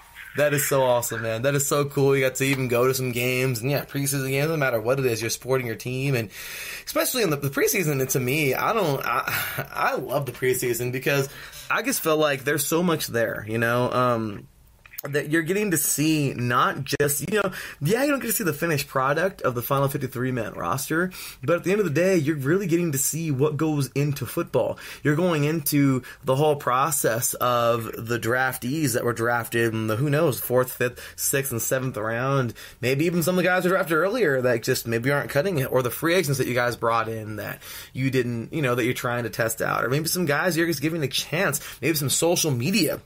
I remember a couple of years ago, I remember hearing that a guy literally, a semi-pro player like myself, I think, or I don't know what he was, or somebody, but he sent in some kind of film. I don't know if it was from semi-pro or from high school or college. I have no idea, but apparently I heard some story that this guy literally just tagged the Chiefs and sent it to them, and they invited this guy to training camp. Did he make the team? I don't think so, but if he did, awesome. I have no idea. I never heard anything more about it, but I'm just saying, in this day and age, social media, how cool is that? But regardless, you get to see, pretty much the making of your team. So to me, I think preseason is just as cool because you get to see you don't know. Somebody could totally be on their way to becoming a star, and all they need is that chance. And you could be there in the stands cheering your team on when that person who has a quote unquote no name actually gets that chance, and before you know it, they're the next star of your team. We don't know that. Yeah, for sure. There's so many undrafted free agents that are still playing in the league that become starters, and they're making tons of money, and it's really cool to see these guys come from out of nowhere and just, make their name. It really is. So, alrighty. Well, with that said, let's go ahead and get on into last season. So, of course, me as a Raider fan, you as a Bears fan, you knew it was coming. Khalil Mack, of course, going on over to make some very happy Bears fans. I'll tell you that right now. But, last year, overall, this team was, they're coming. All right. So many people have what they had to say about, your quarterback, who I think is just, I really think he is coming to his own. And I am really excited to see what this youngster does. I mean, he is absolutely every bit of a competitor that you want in a quarterback. And I really think that he's, coming coming to his own. Of course, that is Mitch Trubisky. So we will take a look here, courtesy of Google Magic, yeah. I went ahead and just Googled the standings. But last year, amazing season. I mean, all but 4 games. Are you serious? 12-4. The Bears take home yet another NFC North division title. And, I mean, such a cool... You couldn't ask for something better. They get such a great season. I mean, the only thing you could ask for is more victories. But you guys towered over the NFC North, okay? Just towered over them. The Vikings finished second at 8-7-1. The Packers finished at 6-9-1. And the Lions were at 6-10. So you guys literally just took the NFC North by storm. And you ate everybody alive. Now, here we go. Packers are back, of course, and we'll see what they do this year. They got a couple departures that were tough. But, Aaron Rodgers, of course, leading that team. They always got a chance when Aaron Rodgers is out there. You got a Lions team who I'm a big fan of Matt Patricia because he's a defensive guy, and to me, he's just a defensive mastermind. But he took over there in Detroit. Of course, took his bumps the first season, but I'm looking for him to really rebuild. Had a pretty good draft. And then the Vikings, who... every year they seem to have some kind of something going for them. 2 years ago, they really had their chance, but their window may not have closed all the way. I don't think anybody's window actually closes all the way, unless the franchise is over with. But at the end of the day, the Vikings look like they're still hanging about, and they can really make a comeback this year to be a double-digit, victory team. So we don't know. Only God knows. So right now... let's go ahead and jump on into last season. So the floor is completely yours, Mr. Backus. Tell us all about last season. Like I said, the highs and lows, everything, every bit of last season, whatever you want to say. Go ahead and walk us through last season and talk about, last season as a whole for the Bears, and of course all up to the postseason where you guys just unfortunately fizzled out. But I'll leave that all to you, man. Talk about the Bears and last year. Okay, awesome. Thanks, man, for that intro. It got me fired up.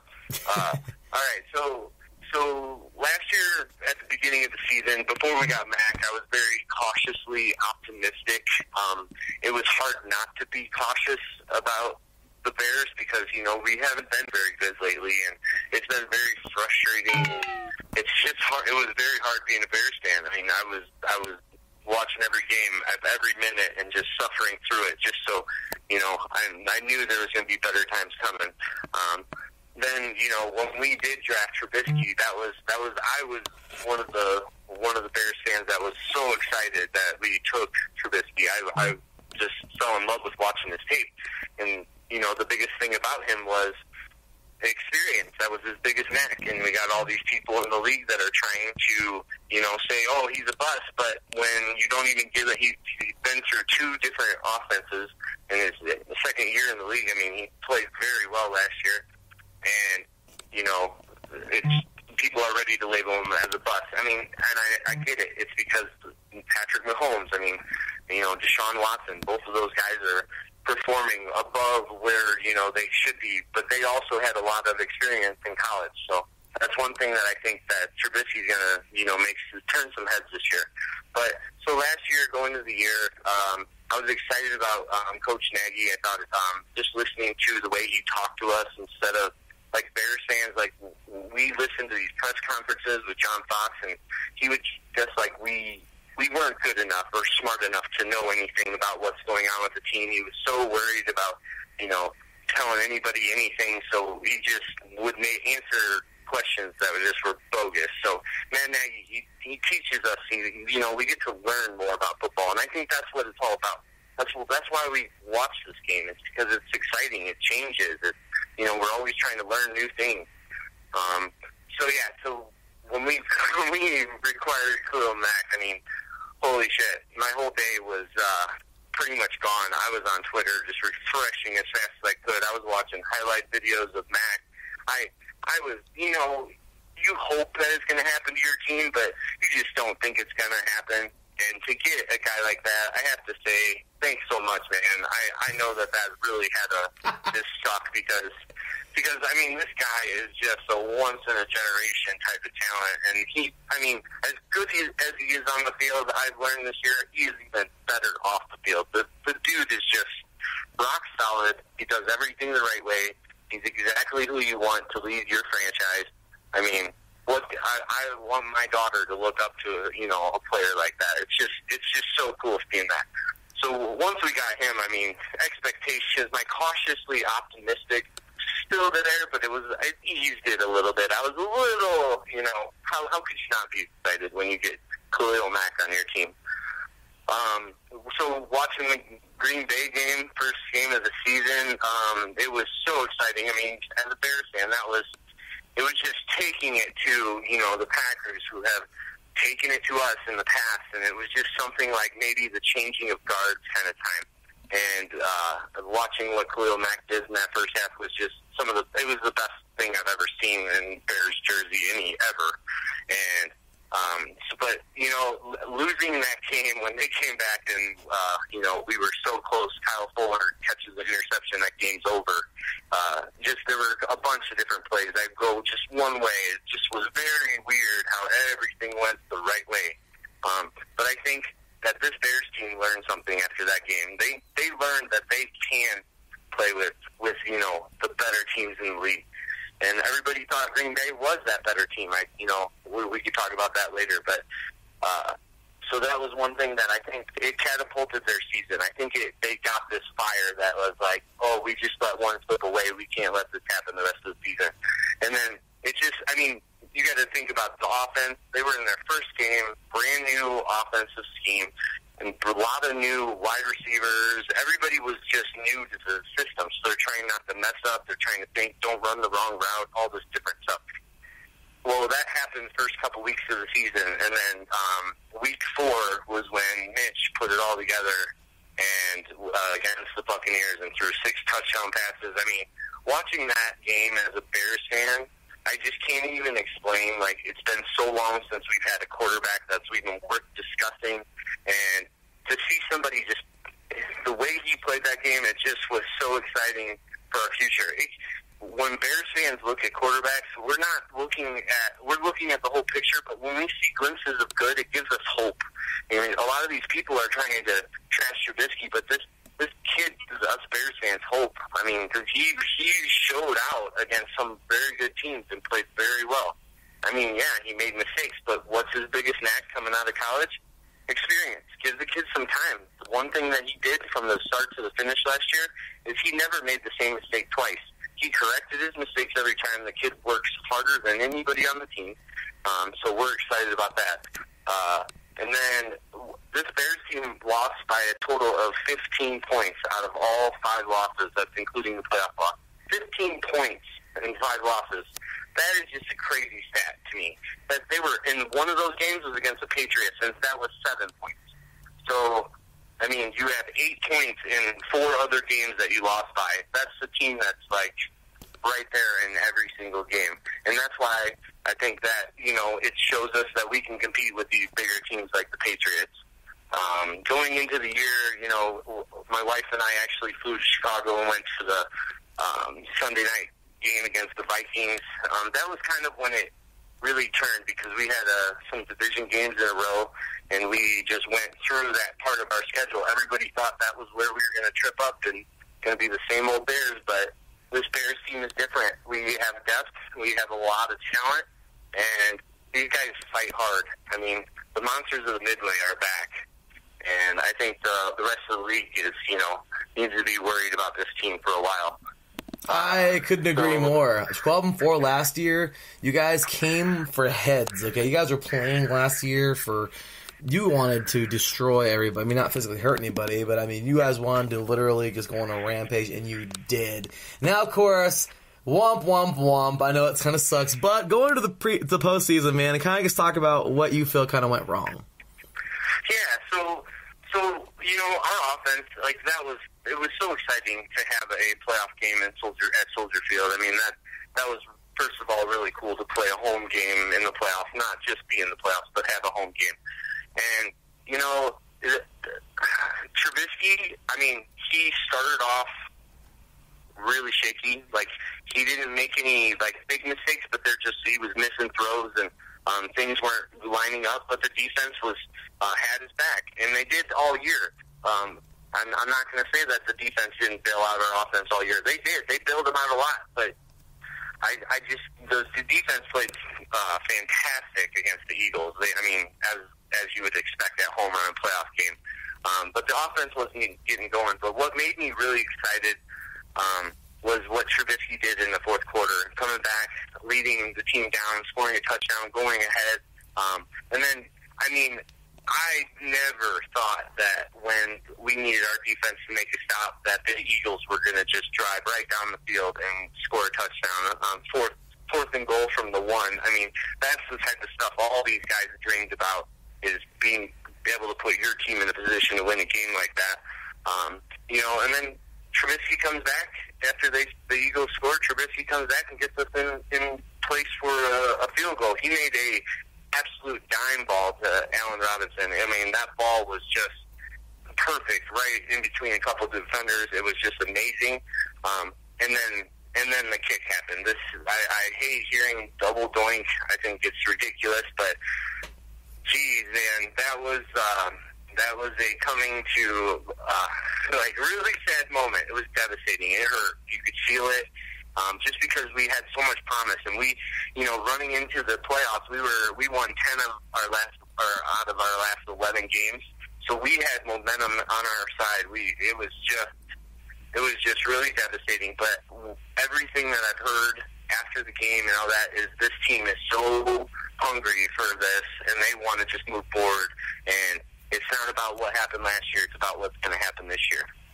Absolutely, great stuff, man, and you know what? Yes, best of luck to your team this year. I know they've certainly got a great squad. So let's go ahead and jump on in to this year and talk a little bit about the offseason. So it's courtesy of ChicagoBears.com.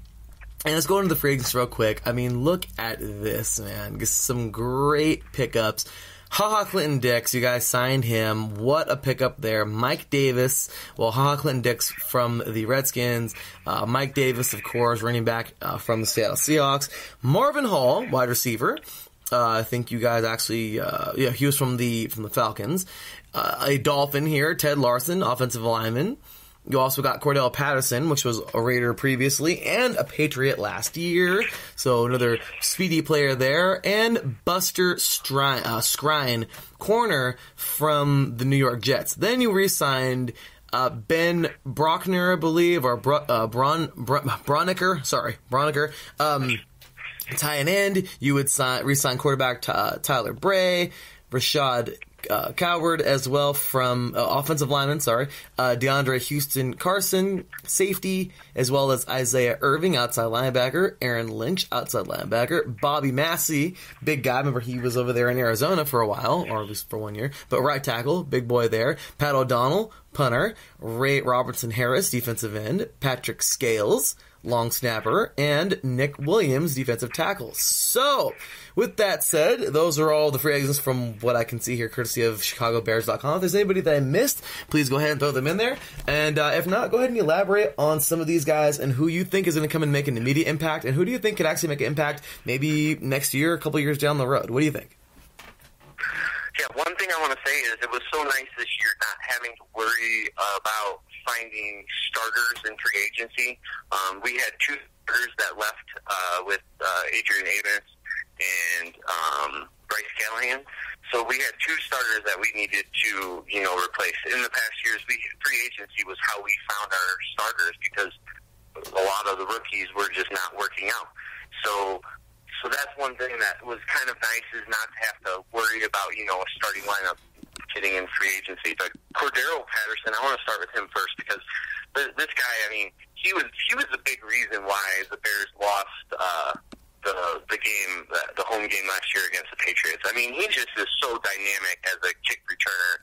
It's incredible how big and how fast this guy is, and to see what he's going to be able to become in Matt Nagy's offense. Everybody in the league talks about how Nagy, is like a genius and he's creating all these great plays and so creative. I just can't wait to see what Patterson does in this offense. It's going to be exciting. You put him and Tariq Cohen on the field at the same time, it's going to be pick your poison. Clinton-Dix, really excited about him. He's an ex-Packer, but the the difference is I'm on Twitter a lot. I hear a lot of this stuff about Packer fans coming at Bears fans because, Amos is better than Clinton Dix and all this stuff. But what Bears fans are trying to say is, yeah, you paid Amos to be like your premier player. He was like the one of the 10th or 11th best starter on our defense. We weren't paying him that way. Clinton Dix comes in and we're paying him like $3.5 million a year for 1 year, prove-it deal. He's around, all this talent. He's going to shine in something like that. He's not going to have to be the guy. He just has to, play well, play good, play average, try not to make mistakes.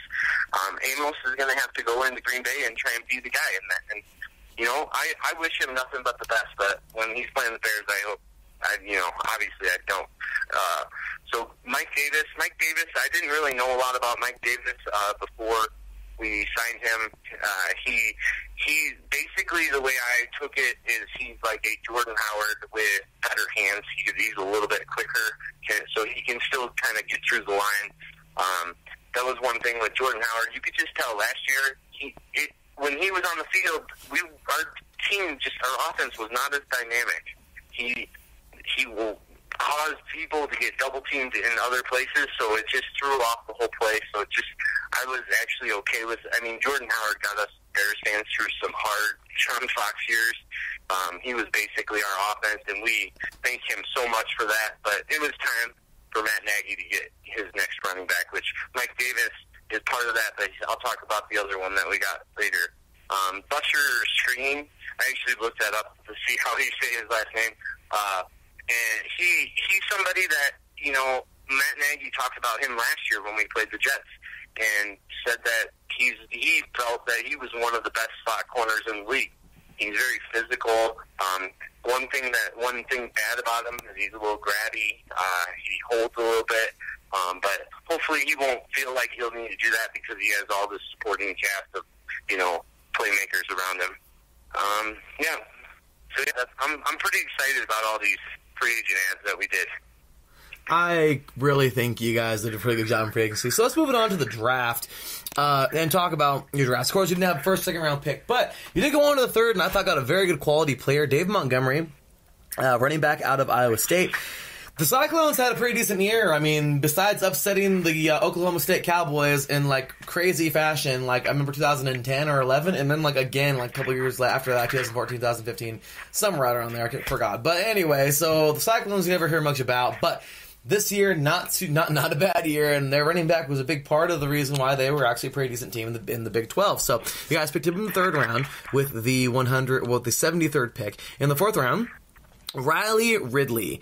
How did this guy fall to the fourth round? I don't even understand it, but regardless, take a look at his older brother and see, what Big Ridley's doing, and Little Ridley, I think, is going to be just as potent. Okay, very good player with the 126th pick. You guys, in my opinion, got a steal in the fourth round, picking up Riley Ridley, wide receiver out of Georgia. Then didn't have a fifth round pick, and moving on to the sixth round with the sixth pick. Well, sorry, in the sixth round with the 205th pick overall, you guys got Duke Shelley, corner out of Kansas State. I don't know much about him or the remainder of the draft picks here. But Kareth White, I believe, running back out of Florida in the seventh round. And then your guys' final pick of the draft. I love it. Why? Because it's a lower division guy. Valdosta State. These guys, I think, were in the national championship and they lost to Ferris State, or they were close. They were in the Final Four. I forgot where in the semifinals, but I don't know. Don't quote me on that. Forgot all about last year. Sorry about that. But Valdosta State, they were the champs back in 2010 or 2011, 2012, 2013, somewhere right around there, 2014. But anyway, 2015, I have no idea. I forgot when Valdosta State won it. But the program that's actually, pushed out, is a pretty good program in Division II. And wouldn't you know it, one of those Division II guys got on to the NFL. So will he make the team? We'll find out. But you guys picked him up, and that is Stefan, don't want to butcher his name, but Denmark, corner, once again out of Valdosta State. So if you could, I know you guys got a lot of free agency picks, of course, trading away your first round pick to the Raiders, to us, to my team, for, Khalil Mack. So I understand that you guys didn't have your first couple of picks, but regardless, talk about your draft and talk about these guys here overall. If you want to give them a grade, however you want to do it, I forgot what I gave them, but I'll remember hopefully, or I guess get some off the top of my head. But regardless, talk about your guys' draft real quick and what you think of these guys, if anybody can come in and be an immediate impact, or who can also come in and be a impact later on down the line, or whatever you'd like to say about your draft. Okay, awesome. Yeah, I mean, first we'll start with our first-round pick, Khalil Mack. I mean, that's what the team was telling us. I mean, as a Bears fan, that was our first-round pick. Who would you take? I mean, everybody's on the board. Who would you take? Khalil Mack. It was a no-brainer. Our second-round pick, we actually did have one. We used it a year prior. We took Anthony Miller last year, and we traded our pick with the Patriots. I am more than ecstatic about that dude's progress last year. He is going to just tear up the league this year.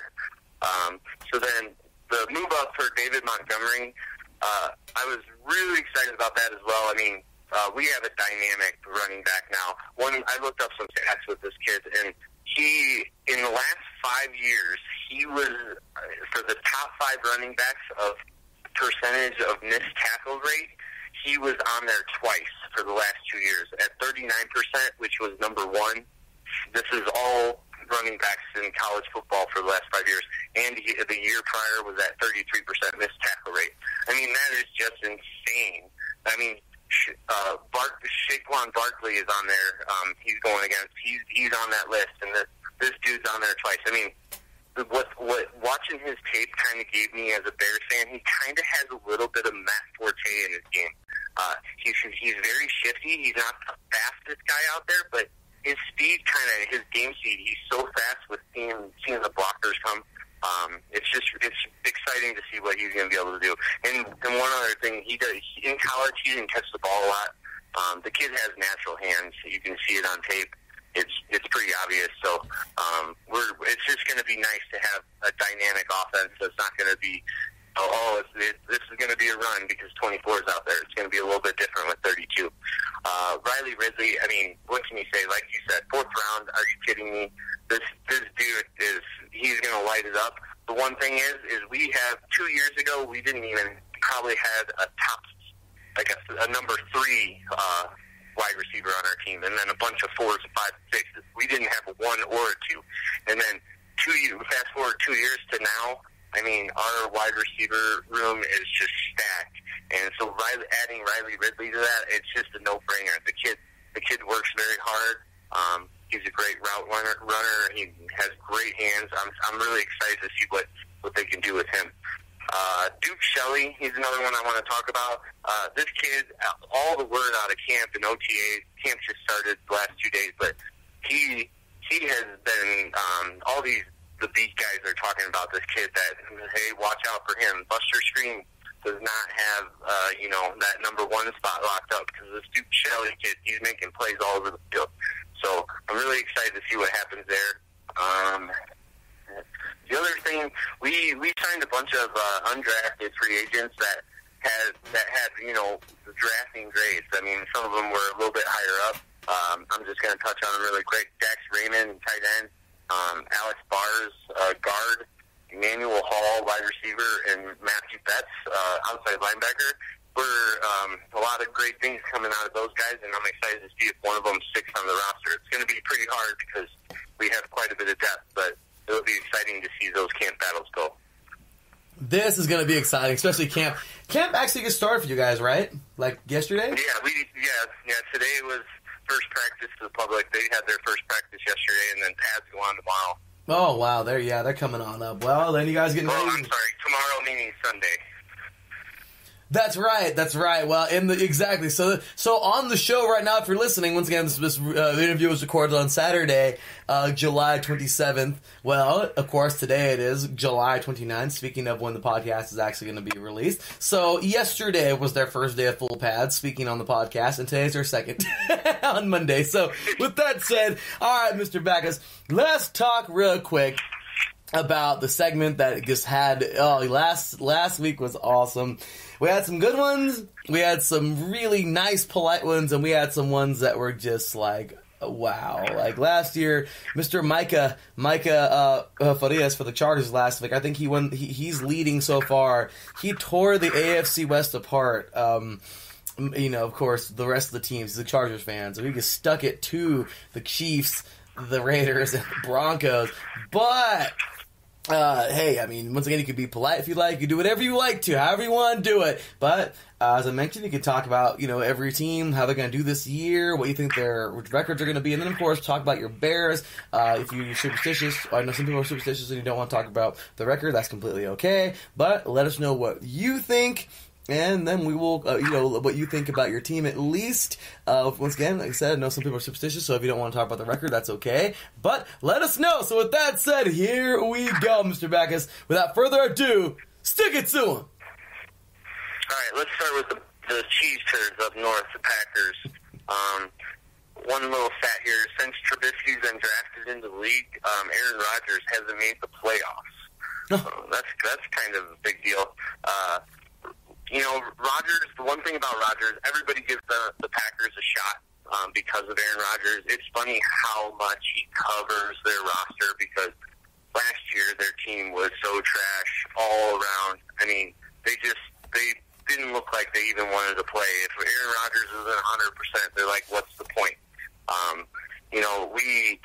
It hurt that first week, and you guys and those Packer fans got that laugh. It was all funny and all that stuff, but then, our week, I can't remember what week 14 or 15 matchup with the Packers in Soldier Field.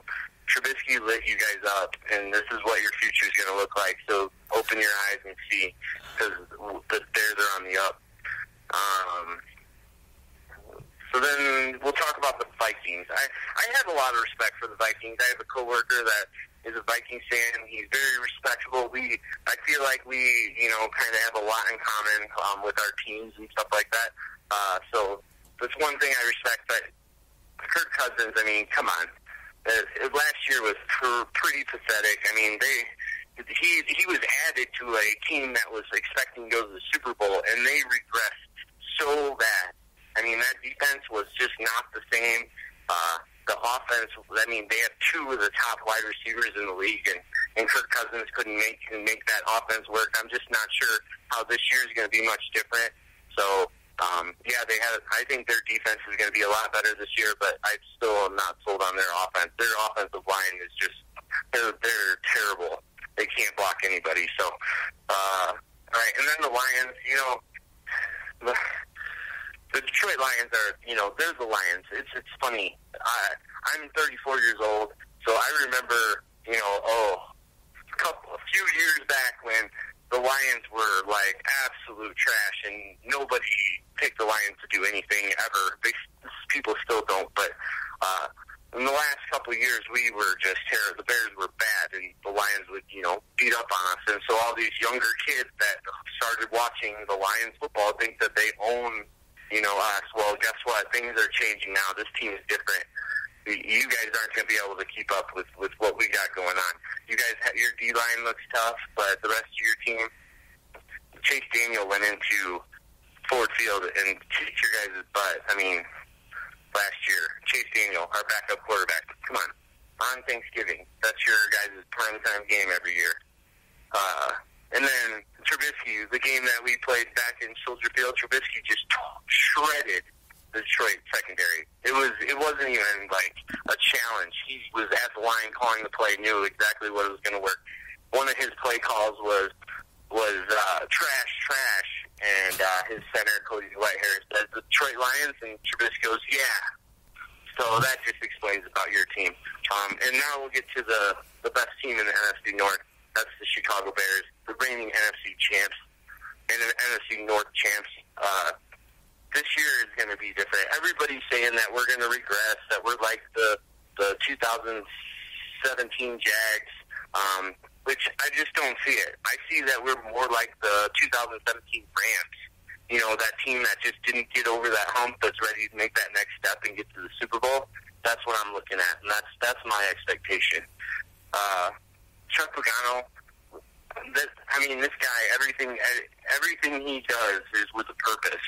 He is hungry to be back in football, and I'm really excited to see what he does with this defense. Vic Fangio, he was great. He was great because he had so much talent to work with. If you don't have talent, it's hard to be a good coordinator. But he had talent. So what is Chuck Pagano going to do? He's going to be more aggressive with this talent. And I don't even know what that's going to look like, because last year looked crazy. These monsters of Midway were everywhere. They were all over the ball. There wasn't ever just one guy tackling. There were 3 or 4 guys on every time. It was just nuts. We're so fast. We had Roquan Smith, who didn't get a full training camp last year, or Khalil Mack. Those guys get to be with the defense and kind of get going. Roquan Smith is going to be just out of this world. That kid is just so fast. He's so smart. His instincts are just crazy good. Sorry, let me take a breath. Whew. Eddie Jackson. What can you ask? Eddie Jackson, Jesus. Took him in the 4th round. Everybody thought we were going to take Jamal Adams. Jamal Adams, great player for the Jets. Would have loved having him on the Bears, but I'm happy we took Trubisky and then took Eddie Jackson in the 4th round. If you're going to say it now, would you say that Eddie Jackson is kind of up there, like as one of the best safeties in the league? I don't see how you can't say that. The dude is just a ball hog. He makes plays everywhere. He's just so good. He knows the right time to pick his poison, and he does it. And, I see him getting better and better, and that's scary for the NFC North. And one guy that I don't know if many of the NFC North fans know about the other teams, but Bilal Nichols, you better get to know this kid's name. His number is 98, and you watch. He's going to stand out in that defensive line. He was a rookie last year. He became a starter later on in the year. This kid is going to be special. And he has Khalil Mack and Akeem Hicks next to him, so he's getting one-on-ones, and it's going to be brutal for your guys' quarterback. So I'm actually picking the Bears to have the same record this year, 12-4, winning the NFC North, and then team behind them, I'll have, just going to throw out numbers, the Vikings at 9-7, Packers are going to be 8-8, and the Lions are going to be 6-10. And that's the way I see the NFC North going this year, and bear down. Look at that. Where's the applause button? What? That was awesome. Once again, y'all, Mr. Backus just giving it to y'all. That's how you stick it to him, man. That's a contender, I think, for the Stick It To It champion this year with Mr. Micah Farias, man. We got to listen to both of those coming up at the end of 8 Division 8 days because, man, that was fiery. You spit some fire, man. You really got out there. But, hey, you know what? It's all love, it's all respect. But, hey, at the end of the day, man, got to love a good rivalry, and that's what it's all about, man. The NFC North producing the oldest rivalry in the NFL and some of the oldest rivalries in the NFL. So, this year, y'all, NFL 100, looking forward to 100th season. With that said, we do gotta cut it because, of course, we gotta get to our next interview. But before we're out of here, Mr. Backus, please let all of these diehard Bears fans, y'all, Bears, know where they can find you on Twitter and where they can find any of your social media if you want to share that, or any publications or podcasts or writings or anything else you do. Awesome. This was awesome, man. I had a blast. Love talking Bears. I'll talk Bears on Twitter anytime. I usually am not. I'm on there looking, but I don't tweet as often as I could be. So maybe that'll change in the future. But it's at Backus, Backhus. And you can find me. I mostly talk Bears. I don't do anything else with my Twitter account. So I'm just excited for this season, and bear down to all my fellow Bears fans. That's what I'm talking about, man. Well, hey, Bears fans, you know where to find him now. Show him some love. Great stuff, as always, here on 3 Down. Great stuff from Mr. Backus, man. Thank you so much for being on the show today, man. Appreciate you. Look forward to having you on a future show. Thanks, man, for sure. Anytime, man. Anytime. And look forward to having you on the future. Maybe even versus, I don't know, if Mr. Paul wants to face you, or I don't know, man. Maybe, I don't know if you want to join. But once again, that first Thursday Night Football of the year honors 100th anniversary, the 100th season of the NFL. So, hey, man, it could be you and Mr. Paul. It could be another Bears fan, another Packers fan. But all I know is it's going to be a good one, that first primetime face-off. What better, y'all? Bears, Packers, oldest rivalry in the NFL. It's going to be awesome. So, with that said, y'all, 3 teams down in an NFC North day, and 3 teams down in the NFC. We got one more team to go, and that, of course, is those Detroit Lions. We got Mr. Mike coming up right after this break to talk about his Lions, and that will do it for the NFC North. So with that said, y'all, hang tight, and we'll be right back after this. You're listening to 3 and Out, 8 divisions in 8 days. NFC week officially kicked off.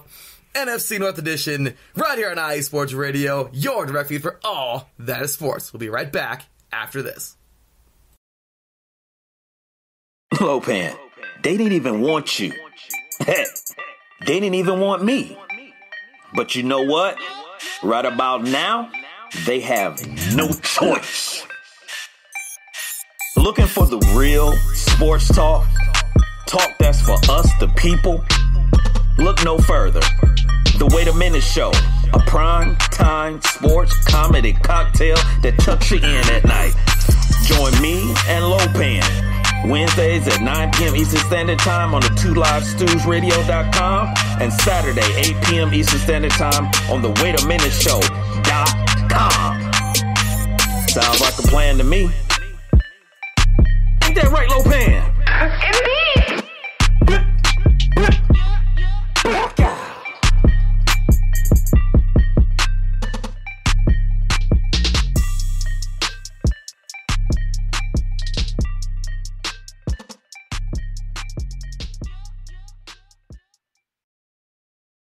Here comes the pitch, and it comes in wide.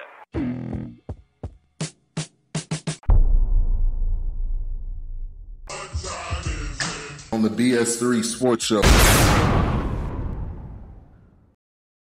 Welcome to the BS3 Sports Podcast. We hope your experience with us is amazing. Sports talk, comedy, social issues, and more. BS3 is the best source. Can you dig it, son?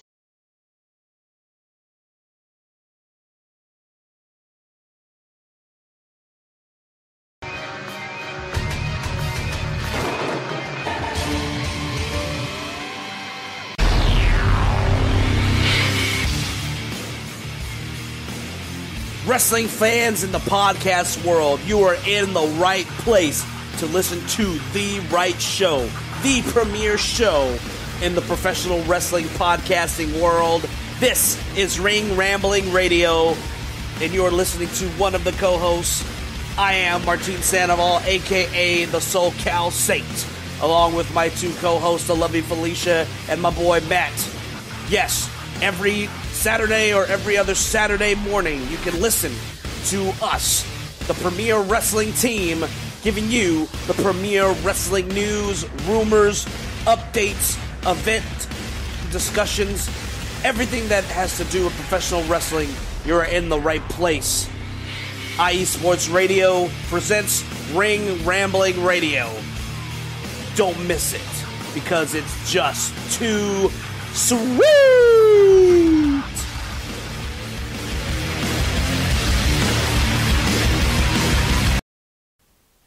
Attention, all sports fans! If you're someone who wakes up each morning with lists of sporting events to go along with your to-do list for the day, then you just might be a diehard. The world of sports is as vast as the ocean is deep, including the major leagues, the minor leagues, the colleges, and everything in between. This is me, your boy Larry B of IE Sports Radio, welcoming you to join me every Monday evening at 4 p.m. Pacific, 7 p.m. Eastern on The Defining Moment, a show that focuses on what really matters in the sports world, sports themselves, and nothing outside of them. Once again, tune in for The Defining Moment with me, your boy Larry B, every Monday evening at 4 p.m. Pacific, 7 p.m. Eastern on IE Sports Radio, right here on Spreaker.com. We'll see you there. That's right, y'all. IE Sports Radio, your direct feed for all that is sports, coming right back on in. Big ups to Mr. Backus once again for talking about his Chicago Bears. We are 3 teams down. 1 more to go for the day, and it's been a great show so far. Of course, starting things off today with Mr. Paul Brettel talking about his Green Bay Packers. Then Justin Ekstrom talking about him and his Vikings, actually at Vikings camp right now. Then my recorded interview from Saturday with Mr. Backus, talking about his Bears. And last, here we are now, the final team of the day. Well, not last, but I'm going to say, we are now here at the final segment of the day to talk about these Detroit Lions. Not necessarily the final segment, but I will be talking, of course, Lions, and then you'll get my final take on the NFC North for this year. But let's go ahead and get this thing going on. We are going to have, we ourselves another newcomer here for today. So everybody make him feel welcomed. This is going to be a good one, talking about those Detroit Lions and just how tough this team could really be. They're led by a defensive juggernaut, in my opinion, in Matt Patricia. Last year, maybe not the season they wanted, but hey, rebuilding is a thing, is what it is. This year, can they be that much better? Will they be that much better? Is it still rebuilding? Are we getting a little bit, yeah, I get it. Rebuilding is rebuilding. It maybe takes some time. But who knows? It could be one of those quick rebuilds. We shall see. So with that said, y'all, welcome in here, diehard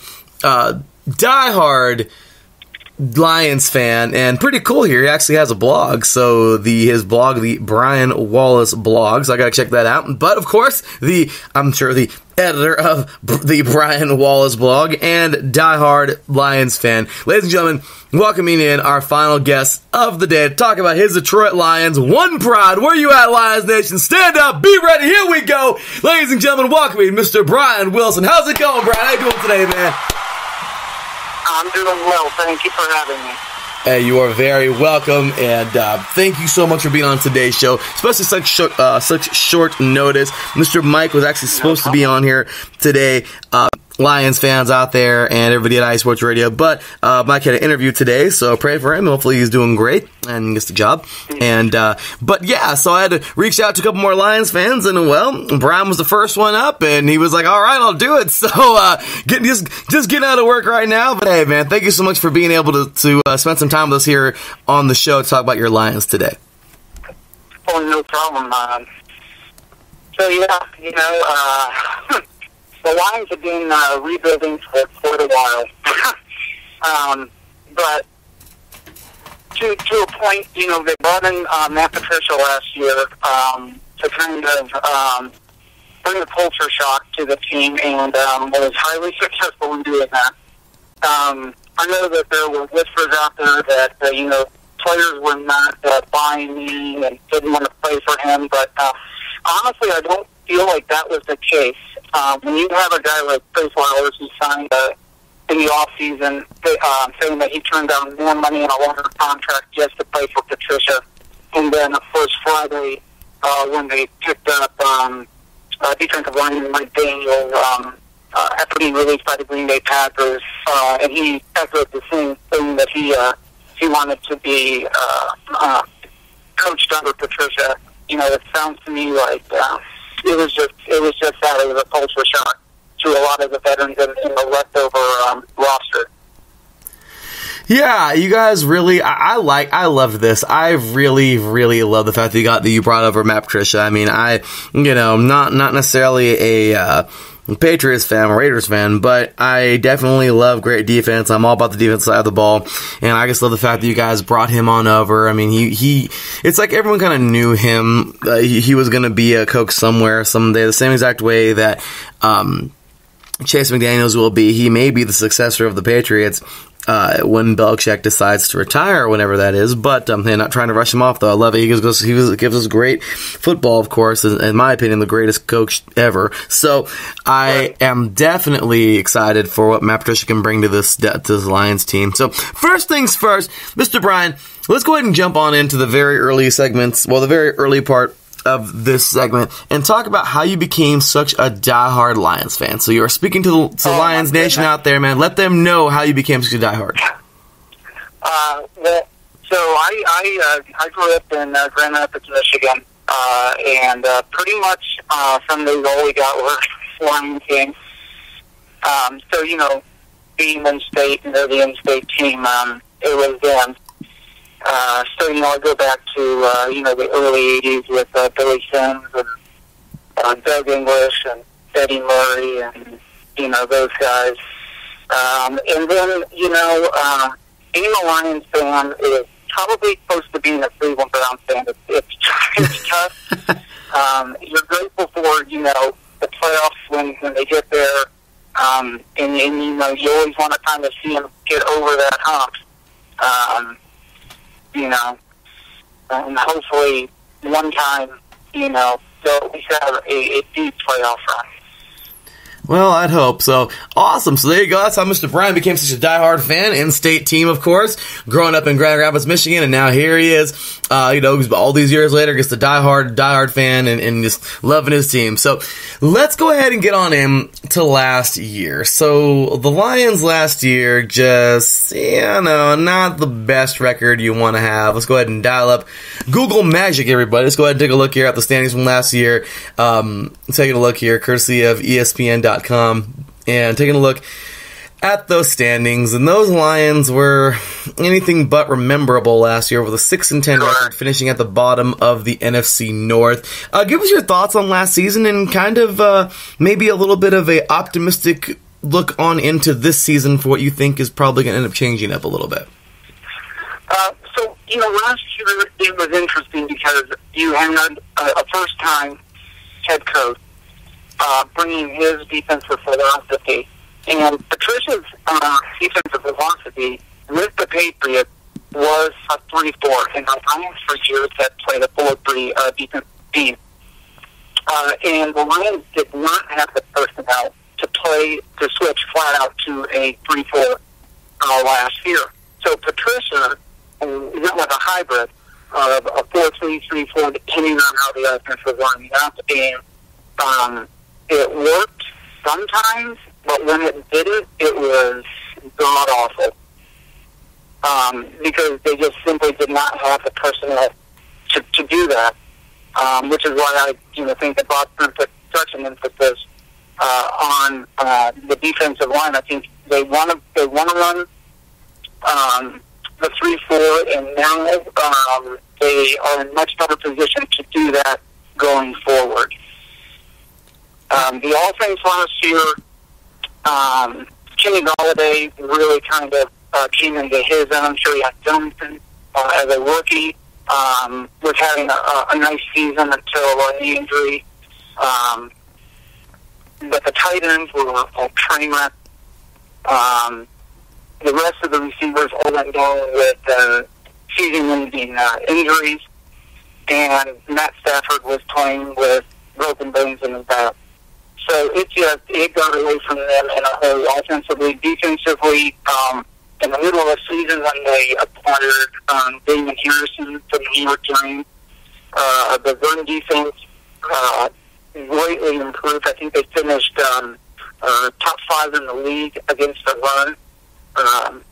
So in CB2, it was a trouble spot last year, so they brought an influx of new corners in this year to see if they can straighten that out.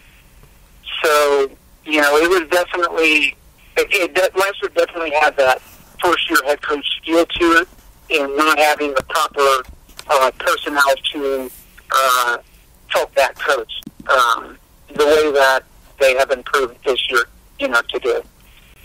Certainly, and right now I just feel like this team is, once again, it's that annoying word we all use when we're just in a downtime, but it's the rebuilding phase, and brand new coach, and just things are shift on over to his way. We're going to see the kind of team he puts together. So I'm really excited to see, what Matt Patricia does with these Lions. But okay, so that was a little look at last season. So let's go and take a look now on into this year. Let's start with free agency. It's courtesy of ESPN.com, where I'm getting my sources from here. You guys re-signed Zach Zenner. Big boy, man, big mauler there carrying the ball, running back. You guys also would sign Trey Flowers, an edge rusher from the Patriots. And, I wonder why, I don't know. I don't know if, I'm no genius or anything, but I wonder, Mr. Bryan, why Trey Flowers, star, defensive end for, one of the, a pretty dang good defensive end for the Patriots, would go on over to the Lions if any other team. Do you have any idea why? He has made no bones about the fact that he loves Matt Patricia. And honestly, Trey Flowers is actually, I mean, if there was a player that was born and bred to play for Matt Patricia, it is definitely Trey Flowers. He understands his role. He is not a pass rusher, and, you know, there's tons of reports that he's going to be, you know, that he's going to be one of the team leaders in fact, and that needs to go out the window. He is not. That is not his role. He is a pressure defensive end. He puts pressure on the quarterback. You know, he'll chip the tight end. He does whatever he can, but he allows the linebackers, again, it's that 3-4, you know, where you have your 3-4 linemen, and you let your linebackers come up, and hopefully they're athletic enough that they can either plug the run or drop back into coverage. And he understands his role, and he does his role very well, as he did in New England. So the Lions just, you know, were justified in giving him the number. I think they gave him $90 million or something for 5 years. So, but there's a guy that absolutely wants that kind of a paycheck. That's a huge pickup, and yeah, I mean, funny, you know, sarcastically speaking, I know of all teams, why would he go there? Well, of course, to go with his old coach, but, you know, I think it's great, and I like how you said that. He's a tailor-made type of player to Matt Patricia. He understands his role. Good, very smart player. I mean, I'm really excited to see what he can bring to this team. Also, Jesse James, tight end over from the Steelers. This guy has just been, he's a heck of a tight end, and just watching him, what he was able to do with the Steelers for so many years, you know, he's a young guy, so I don't know if that was like the very beginning of his career. I think it was, but regardless, very good tight end. Great target here for Matthew Stafford to throw to. Also, you guys went ahead and picked up Justin Coleman, corner from the Seahawks. And there's a few more. Danny Amendola. I mean, once again, I wonder, you know, if you're going to go anywhere in the NFL and you got a chance to go with one of your old coaches, I mean, somewhere, not necessarily one of his guys, but of course he knows him. So Danny Amendola going from the Miami Dolphins on over to the Detroit Lions. So Danny Amendola, wide receiver. Next up, you have Ode Abushi, I believe, from offensive lineman. You guys signed him. You guys also signed Andrew Adams, safety from the Buccaneers, and Tommy Lee Lewis, wide receiver / kick returner. And there's a few more. Rashawn Melvin, corner. And that is that. So, Mr. Bryan, go ahead and elaborate on free agency. You know, you kind of already weighed in on Trey Flowers. But talk about your free agency and how you think you guys did this year, and what roles you think these guys are going to play either early on or maybe even a little bit later in the coming years. Yeah, so, well, I'll start with Jesse James, who, you know, usually when a player tries that they weren't used properly at a previous location, you know, sometimes that's lip service. But actually in Jesse James' favor is, I really believe that the Steelers did not use him properly. Here's a guy who has the speed to get downfield, and he was only used pretty much in the red zone. I mean, he did a good job in the red zone. But here's a guy that could have really stretched the field to help the Steelers, something that the Lions really need, and that's what they wanted, because, of course, you know, you have former Patriots employee calling the shots as general manager, and Matt Patricia, Patriots. So they're used to having a guy like, you know, Ron Gronkowski, you know, a guy that a big tight end that can stretch the field and, you know, do his thing over the middle. And I think that they're going to get Jesse James that opportunity. I think that he's going to split time with the rookie P.J. Hawkinson, so we'll get to him in a minute. I think that Jesse James will absolutely be an asset in the red zone when the Lions want to go to two tight ends, fullback, and a tailback. So that was a solid pickup. For the fullback for Justin Coleman, I think that was a solid pickup. Personally, I think they're overpaid. He's a smart player. He's never been CB2, and they're paying him they're paying him like a CB2. So that is kind of a curious contract. I mean, from my standpoint, and I think from everyone's standpoint, we didn't really understand that. Rashawn Melvin, I believe, is going to be closer to the CB2 that the Lions need, opposite Darius Slay. And so far, we're 5 days into training camp, but he has really stood out as being kind of that guy that they are looking for in that position. And then, of course, actually, I think they signed two offensive linemen. And they were such a wreck at right guard last year. And with a big question mark during training camp this year, that they're just bringing that body so that somebody can catch on and upgrade the position any way possible. Safety, I wasn't really concerned about. I think the Lions secondary, they have guys to play man-to-man already in place, and now with Coleman and Melvin, they really have the guys to play man-to-man that you need in 3-4. So I think, maybe probably got a depth there at the safety position of Adams. But other than that, I think Trey Flowers was a big get, and I was pretty pleased with Joe Jean as well. I think that he can really help tutor a kid like T.J. Hawkinson in year one for him. Well, perfect transition, because we're going to go right into the draft. And that, of course, was your first round overall pick. Young man out of Iowa. Him and Noah Fant were just amazing. Fant, actually, I think is how you pronounce his name. But he went to the Broncos, and Hawkinson will go to Detroit. And just what a special player. Like, seriously, what a special player. This guy can do it all. He's the kind of guy that you can just put him out there and throw the ball up, and seriously, there's a good chance he's probably going to come down with it. This guy is just everywhere. I loved him in the gauntlet drill, in the combine. I loved him.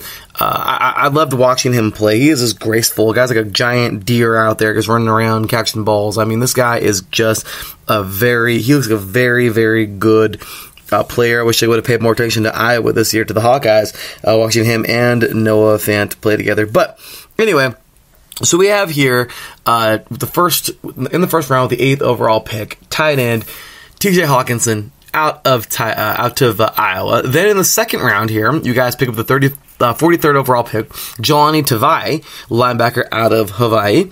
After that, we have round number 3. I didn't pay too much attention to the Rainbow Warriors this year, so I couldn't tell you too much. But round 3, we have, with the 81st overall pick, Will Harris, defensive back out of Boston College. Same thing, didn't pay too much attention to the Eagles this year. But, of course, if position needed for sure. And let's hope that, let's see if he is as advertised. Because it's in the third round, pretty good pick there. Guys, pretty much, usually your second, third rounders are going to be able to make the team. Sometimes your fourth. The fifth through the 7th is the guys who maybe practice teamers, or guys who may not make it. But, so certainly these guys right here are more likely going to be making the team or getting close to it, or at least making the practice squad. But regardless, right now, guys have some good pickups. I liked your guys' draft pretty much. 4th round, 117th overall pick, Austin Bryant, defensive end out of Clemson. I'm a Raiders fan, so, Clelin Ferrell, of course, was our first round pick. So, I mean, you watched, the big man here from, New York, I forgot, Wilkinson, I believe, or Wilkinson, also getting picked up. That entire defensive line for Clemson was nasty. So, Austin Bryant being another, I think, is a great pass rusher. You guys picked him up in the 4th round. In the 5th round, you guys have the 146th overall pick, Amani Uwari, I don't want to butcher his name, but corner out of Penn State. You guys will also pick up in the 6th round with the 184th overall pick, Travis Fulgham, Fulgham, wide receiver out of Old Dominion. Then we have in the 6th round with the 186th overall pick, Ty Johnson, running back out of Maryland. Also in the 7th round, you have 2 of them, actually. Look at that. Yeah, you have 2 7th-round picks. With the 224th overall pick, you have Isaac Nwada, I believe is how I pronounce his name, with a tight end out of Georgia. And, of course, P.J. Johnson with the 229th overall pick, defensive tackle out of Arizona. I'm a Pac-12 guy. I didn't know too much about him, but, Arizona... I didn't know too much about him. But regardless, go ahead and tell us now. Go ahead and weigh in on the draft, Mr. Bryan, and tell us what you thought, and give us a grade if you would like. The draft for me was, it was very, I hate to keep bringing this team up, but it was very, very Patriots-like. The Patriots, they draft these guys, and they seem like they're vanilla on the surface, and it seems like a whole ton of draft, and then all the Patriots do is win. And that's kind of the feel that Bob Quinn is here. Bob Quinn, since he's been under Crate as the general manager, he's had several drafts, and nearly every one of his draft picks has seen the field at one time or another. So that's pretty good. So it means that he's getting some value out of those later draft picks, which, you always want to get some value out of those guys. And the fact that some of those 5th, 6th, 7th round guys are making the team, that's a good sign that, you're drafting well. As for this year's draft, Hawkinson, for me, there was no other choice there tonight. When they weren't going to play back and they weren't playing back, the guy played 4 years at Iowa and had 1 draft. He's been in training camp for 5 days for the Lions and has yet to drop the ball. And, the Lions have had nightmares with tight ends the past 4 or 5 years with guys who can't hold on to the ball. So, this was a slam dunk, an easy pick. And as for Tobias, I caught a lot of very big drop guards. And those things that were upset with this pick. And this guy is out there running right now with the first team. There was his size, there was his speed, his quickness. He reads well, and as with the Pacers and the Boston and Birch of the Lions, they want these versatile players. These linebackers that can be interchangeable. And Jared Davis and move to the outside, and Tobias could play the middle.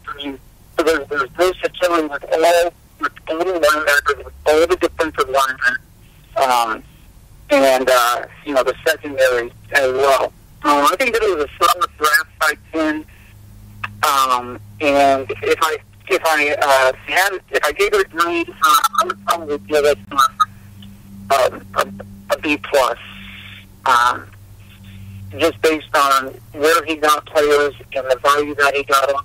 His name escapes me at the moment, but the kid from Clemson, I think, is going to be a pretty solid player, and it sounds like they're getting him some reps already with the second team. So they're trying to get these guys acclimated and up to speed because you need that depth. Somebody goes down with an injury, it has to be the next one up, and the only way to do that is to get these guys up and ready, in the middle of the schemes in the system.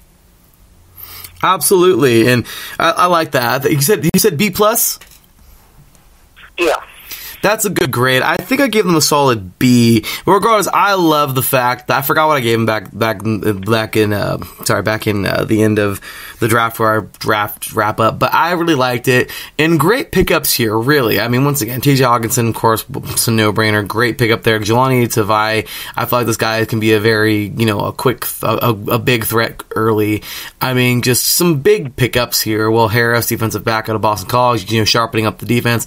That secondary. And also, I guess I can't get over this 4th round pick of Austin Bryant. I don't know what teams didn't see in him for the first 3 rounds, but I think the guy's a national championship player, national champion. So, that was a very good defensive line for Clemson last year. So, yeah, you guys got him in the 4th round. Like I said, total steal, and I really liked that you picked him up. So, you guys picked him up. So, with that said, we are pretty much to the end of the segment here. But, of course, we got a few fun segments to get to at the very end of this segment, because so many segments all over the place. But, all right, Mr. Bryan, let's go ahead and get on into a little segment we like to call Stick It To 'Em. And in this segment, you pretty much just you stick it to them, man. You can be nice and respectful. You can be mean and disrespectful. You can be whatever. You can do whatever you want and say whatever you want. All thoughts, comments, and opinions are their own here on IE Sports Radio, including the guests and the podcasters themselves, like myself. So, just gotta say, you guys had last year was kind of rough, but hey, I think they're going to do this year. So talk about the division, of course. I'll rank them or where you think they're going to finish this year. If you want to give them records, if you want to not give them records, if you want to give the Lions a record, if you don't want to give them records because I understand that some people are superstitious. So let us know, Brian. Tell us all about the NFC North this year and how you think they're going to do. And, well, have fun doing it. With that said, Brian, stick it to them. Wow. Okay. The Chicago Bears, I have a hard time thinking that team can repeat the success they had last year. The quarterback was not spectacular. Their defense carried them, much like I think the Lions are hoping that their defense is not carried them this year. So I think that there might be some regression there. I think that the Bears are a favorite to win the division, and they should be until somebody knocks them out. The Vikings, Kirk Cousins, that was almost a disastrous first year for the money they're paying that guy. But their offensive line struggled, and defense is fine. So, I'm not really sure what to expect from the Vikings. They feel like they should be competing for a playoff spot or a wild card at the very least, but you just don't know. With Cousins, if he's going to rebound or, if he is what he is, I don't know. And the Panthers, to me, they feel like a team that's kind of rebuilding. They have some nice pieces. I mean, Conference is still but I will say that the Lions have beat them 4 in a row. So, I don't know. To me, I think the Lions can compete in this division. Switching to a ball controlled offense with the pressure and for Stafford, you have some nice pieces. You have Kenny Galladay, Kerryon Johnson. You have Hurkinson to the mix. Marvin Jones is back. So I think the Lions can make some races. I think that they're going to rely on their defense early in the season until the offense completely understands Joe Bogle's offensive scheme. And I think that the Lions can. I think that they can surprise some teams, and I actually think that they can be 9-7, 10-6, in position for a wild card in the NFC. I like it. You guys certainly have in my opinion, I agree. You guys have a good chance this year. The division is just so weird, but I love this division. As I've been saying all over Twitter, it's the coldest division in the NFL, or at least one of the coldest. And it's a hard hitting division, and I love it because me as an historian, history major, I love it. History is my thing. And if you want history, you go no further than the NFC North. There's so much history in this division. And, of course, going back with historic teams, we're starting off with this year, and without, not the typical Super Bowl defending team or defending Super Bowl champions playing on Thursday Night Football. It's for the NFL 100. We got the Bears and the Packers going head to head, two of the oldest franchises in the NFL and the oldest rivalry in the NFL, and just so neat to see that happen. And then, of course, you guys, history. Thanksgiving Day. The Lions, if I'm not mistaken, started that, or one of the teams who definitely started doing that early on. So it's like, this is history. It's super cool stuff, and you guys, it's such a neat division. So I definitely enjoy it, and hey, definitely enjoyed having you on. So with that said, where's that applause button, man? Mr. Brian Wilson, hey, thanks again for being on the show today. That was awesome, and appreciate you, talking about your Lions, and we'd love to have you back here on the show soon. But with that said, well, it'd be awesome. But with that said, Mr. Brian, we're not finished with it just yet. Hey, one Pride Nation right now is listening. The Lions fans, The Lions Nation is listening right now, man. So let all these diehard Lions fans know where they can find you, where they can find your blog, and anything else you would like to share. I am on Facebook. I'm just Brian Wellness. Just look for the guy with a Detroit Tigers hat on. I am on Twitter. I am at Brian CDJ. And you can also check my blog out. It's the District of Sports blog. And I cover all Detroit sport as well as Michigan and Michigan State Spartans. Well, that is awesome. And hey, man, make sure to go check. Everybody make sure to go check out Mr. Brian Wilson and his stuff here, man. His blog, and go give him a follow on Twitter. And certainly, I look forward to having you back here on the show very soon, Mr. Brian. So, hey, thank you very much. God bless you and your family, man. Have a wonderful rest of your week. We look forward to having you back on the show very soon. Yep, look forward to it. Thank you very much. Anytime. Take care. Thank you. All right. All right, y'all. That was Mr. Brian Wilson once again, man. Where's an applause button at, man? Great guy. Awesome. Well, another first timer here on 3 and Out. And would you look at that?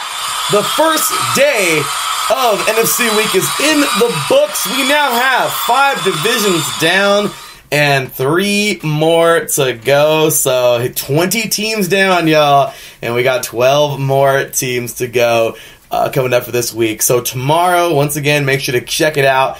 NFC West Day. We will have you talking, of course, the Seahawks, 49ers, Cardinals, and those Los Angeles Rams. Coming up on Wednesday, we'll be talking the NFC East, and that show is entirely recorded. Every one of the interviews are recorded from Sunday. It was really cool yesterday. I got to interview everybody I got to interview everybody in a row, I guess kind of throughout the day.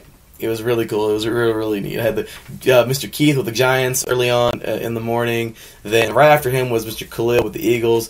A couple hours later was Mr. Ashton with the Cowboys. And then right after Mr. Ashton was Mr. Felix with the Redskins. So that was a really neat one. So we're gonna have some fun there. Lots of fire in that division. My gosh, their stick it to them segments were something else. So y'all be the judge of that. But good stuff there. And of course, on Thursday we'll have plenty to talk about there with the NFC South, talking Buccaneers. We have a really cool fan all the way from England talking about the Buccaneers. Mr. John Felipe talking about his Carolina Panthers. Mr. Colin Reynolds, of course. He'll be the final one to go for 8 divisions in 8 days. So for the final team, talking about his Saints. And then, of course, we have Mr. Jelani J.B. Bodie. We recorded that interview this past weekend, as well as Mr. John Felipe's interview about the Panthers. We recorded Jelani J.B. Bodie's recording for the Falcons yesterday as well. So, with that said, y'all, we're taking ourselves a short break, and when we get back, well, it's about time for me to weigh in on this division, kind of tell you where I think everybody's going to be, and, well, that'll be it for today, and then off to tomorrow in the NFC West. So, with that said, y'all, you are listening to 3 and Out, 8 divisions in 8 days, NFC Week, kicking off today, NFC North Day here. And, well, that's what's going down. So, that's what's going on right now. So, with that said, y'all, we'll be right back after this break with my final analysis on the NFC North. Don't go nowhere, y'all. I'll be right back after this.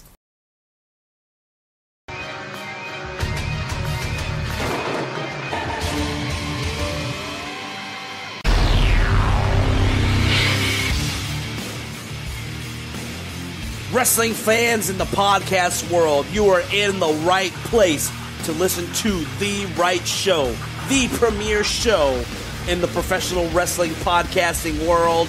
This is Ring Rambling Radio, and you're listening to one of the co-hosts. I am Martin Sandoval, a.k.a. the SoCal Saint, along with my 2 co-hosts, the lovely Felicia and my boy Matt. Yes, every Saturday or every other Saturday morning, you can listen to us, the premier wrestling team, giving you the premier wrestling news, rumors, updates, event discussions, everything that has to do with professional wrestling. You're in the right place. IE Sports Radio presents Ring Rambling Radio. Don't miss it, because it's just too sweet!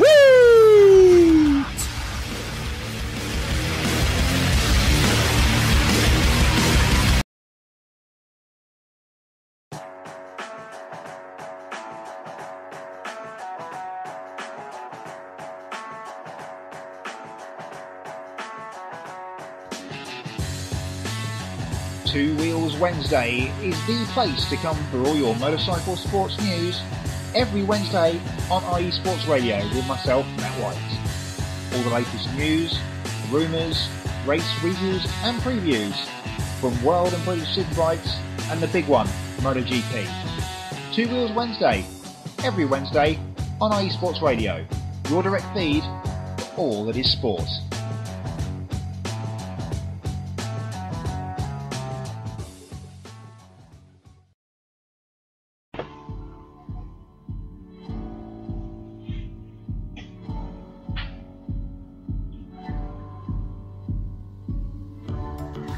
Hi, I'm Phil Robinson, running points, setting up Phil Jones for the finish. Join us every Wednesday, 5 p.m. Pacific Time, 8 p.m. Eastern Time, as we break down the week in basketball on the home for Real Talk Sports Radio, IESportsRadio.com. Drivers, start your engines.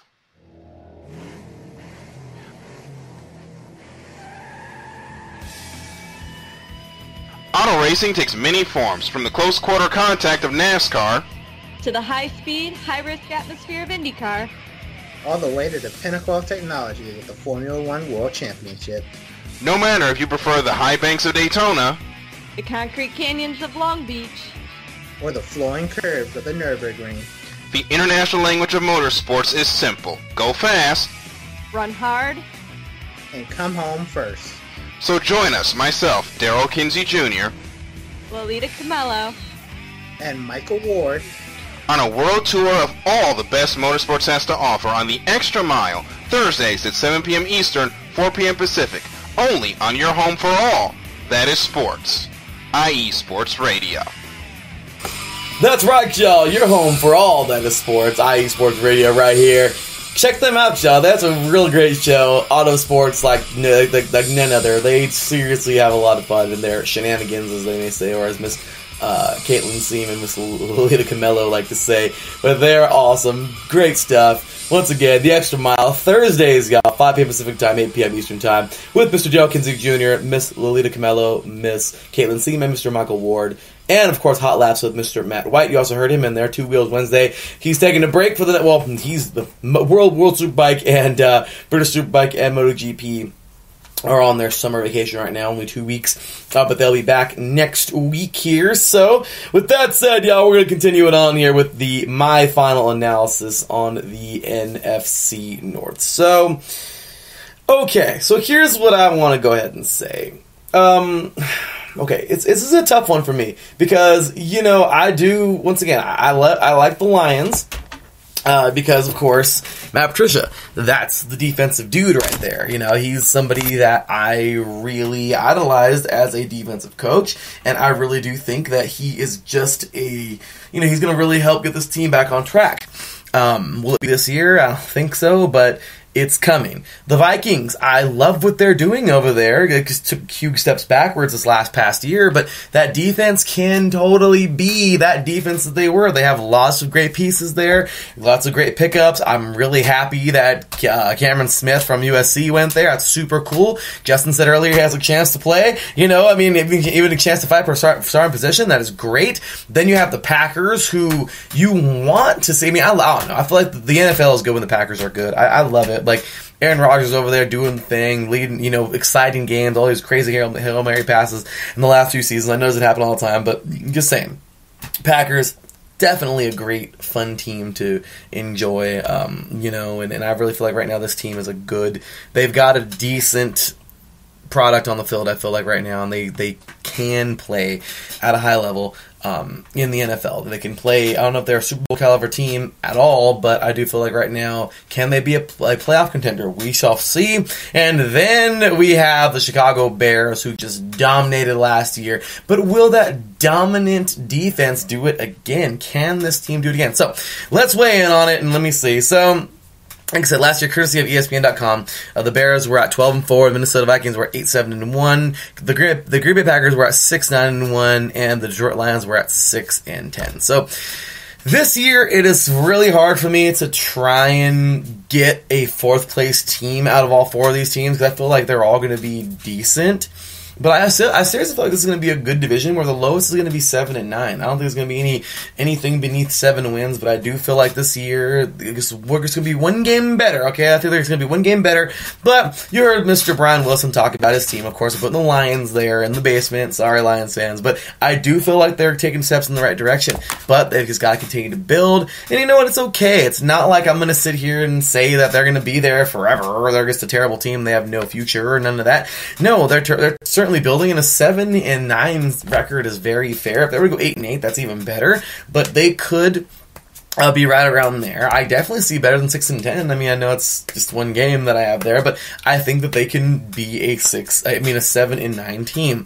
Next up, I am gonna say that as much as I want the Packers to be the second place team this year, I seriously feel like they still have work to do. They definitely, there's more to build on. It's going to be a dogfight for them and the second place team, the team who I have for second place, but I feel like it's going to be a total dogfight between these two teams, and it could literally just be down to a tiebreaker between their head-to-head games this year, the two that you play in the division against each other. So it's going to be a good one, but I have the Packers right now being an 8-8 or 9-7 team. They could be better, okay? They definitely could be, but the problem is right now is, can they be? Because is there enough firepower there on defense? Losing Clay Matthews was tough. Do they have more players there? Of course they do. Can Jair Alexander be that, dominant force? Of course he can, but he's only a second year in. I'm not trying to say the guy can't do it, on his own back there, or, can't be that factor now, but I just feel like right now,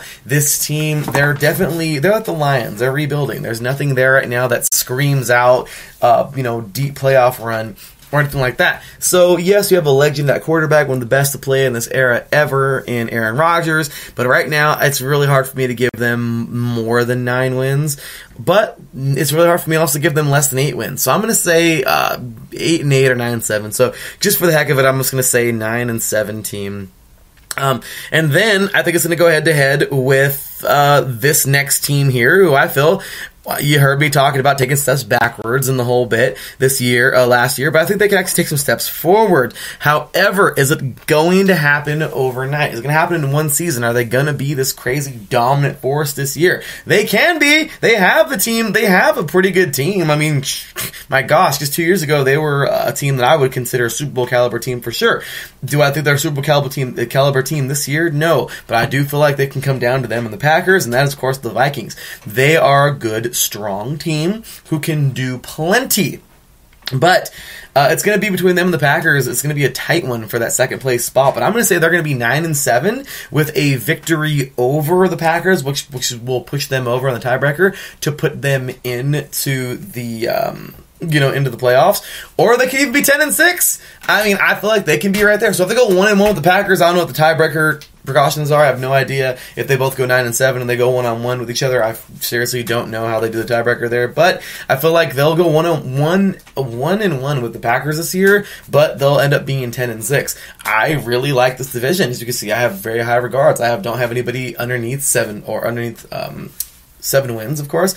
And I feel like right now, this is a good, strong division with a good, strong 4 teams. So right now, Minnesota Vikings can be 9-7 or 10-6. I'm going to give them 10-6. If they go higher, well, then shoot, that's great. But I just feel like right now, this team is just going to...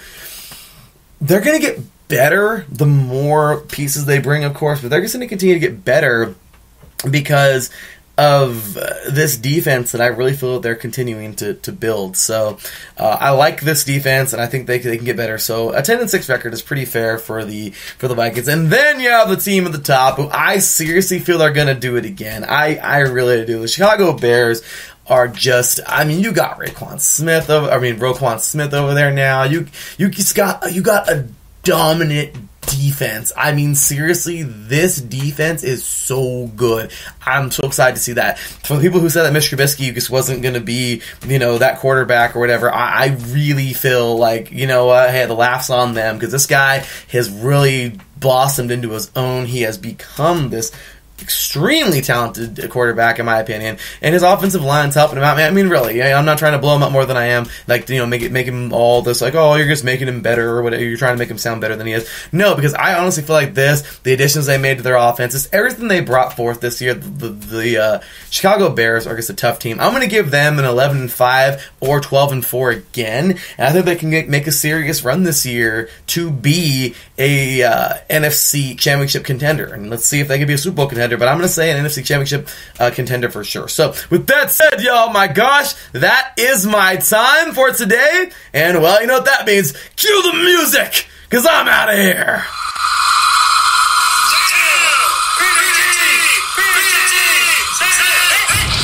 Well.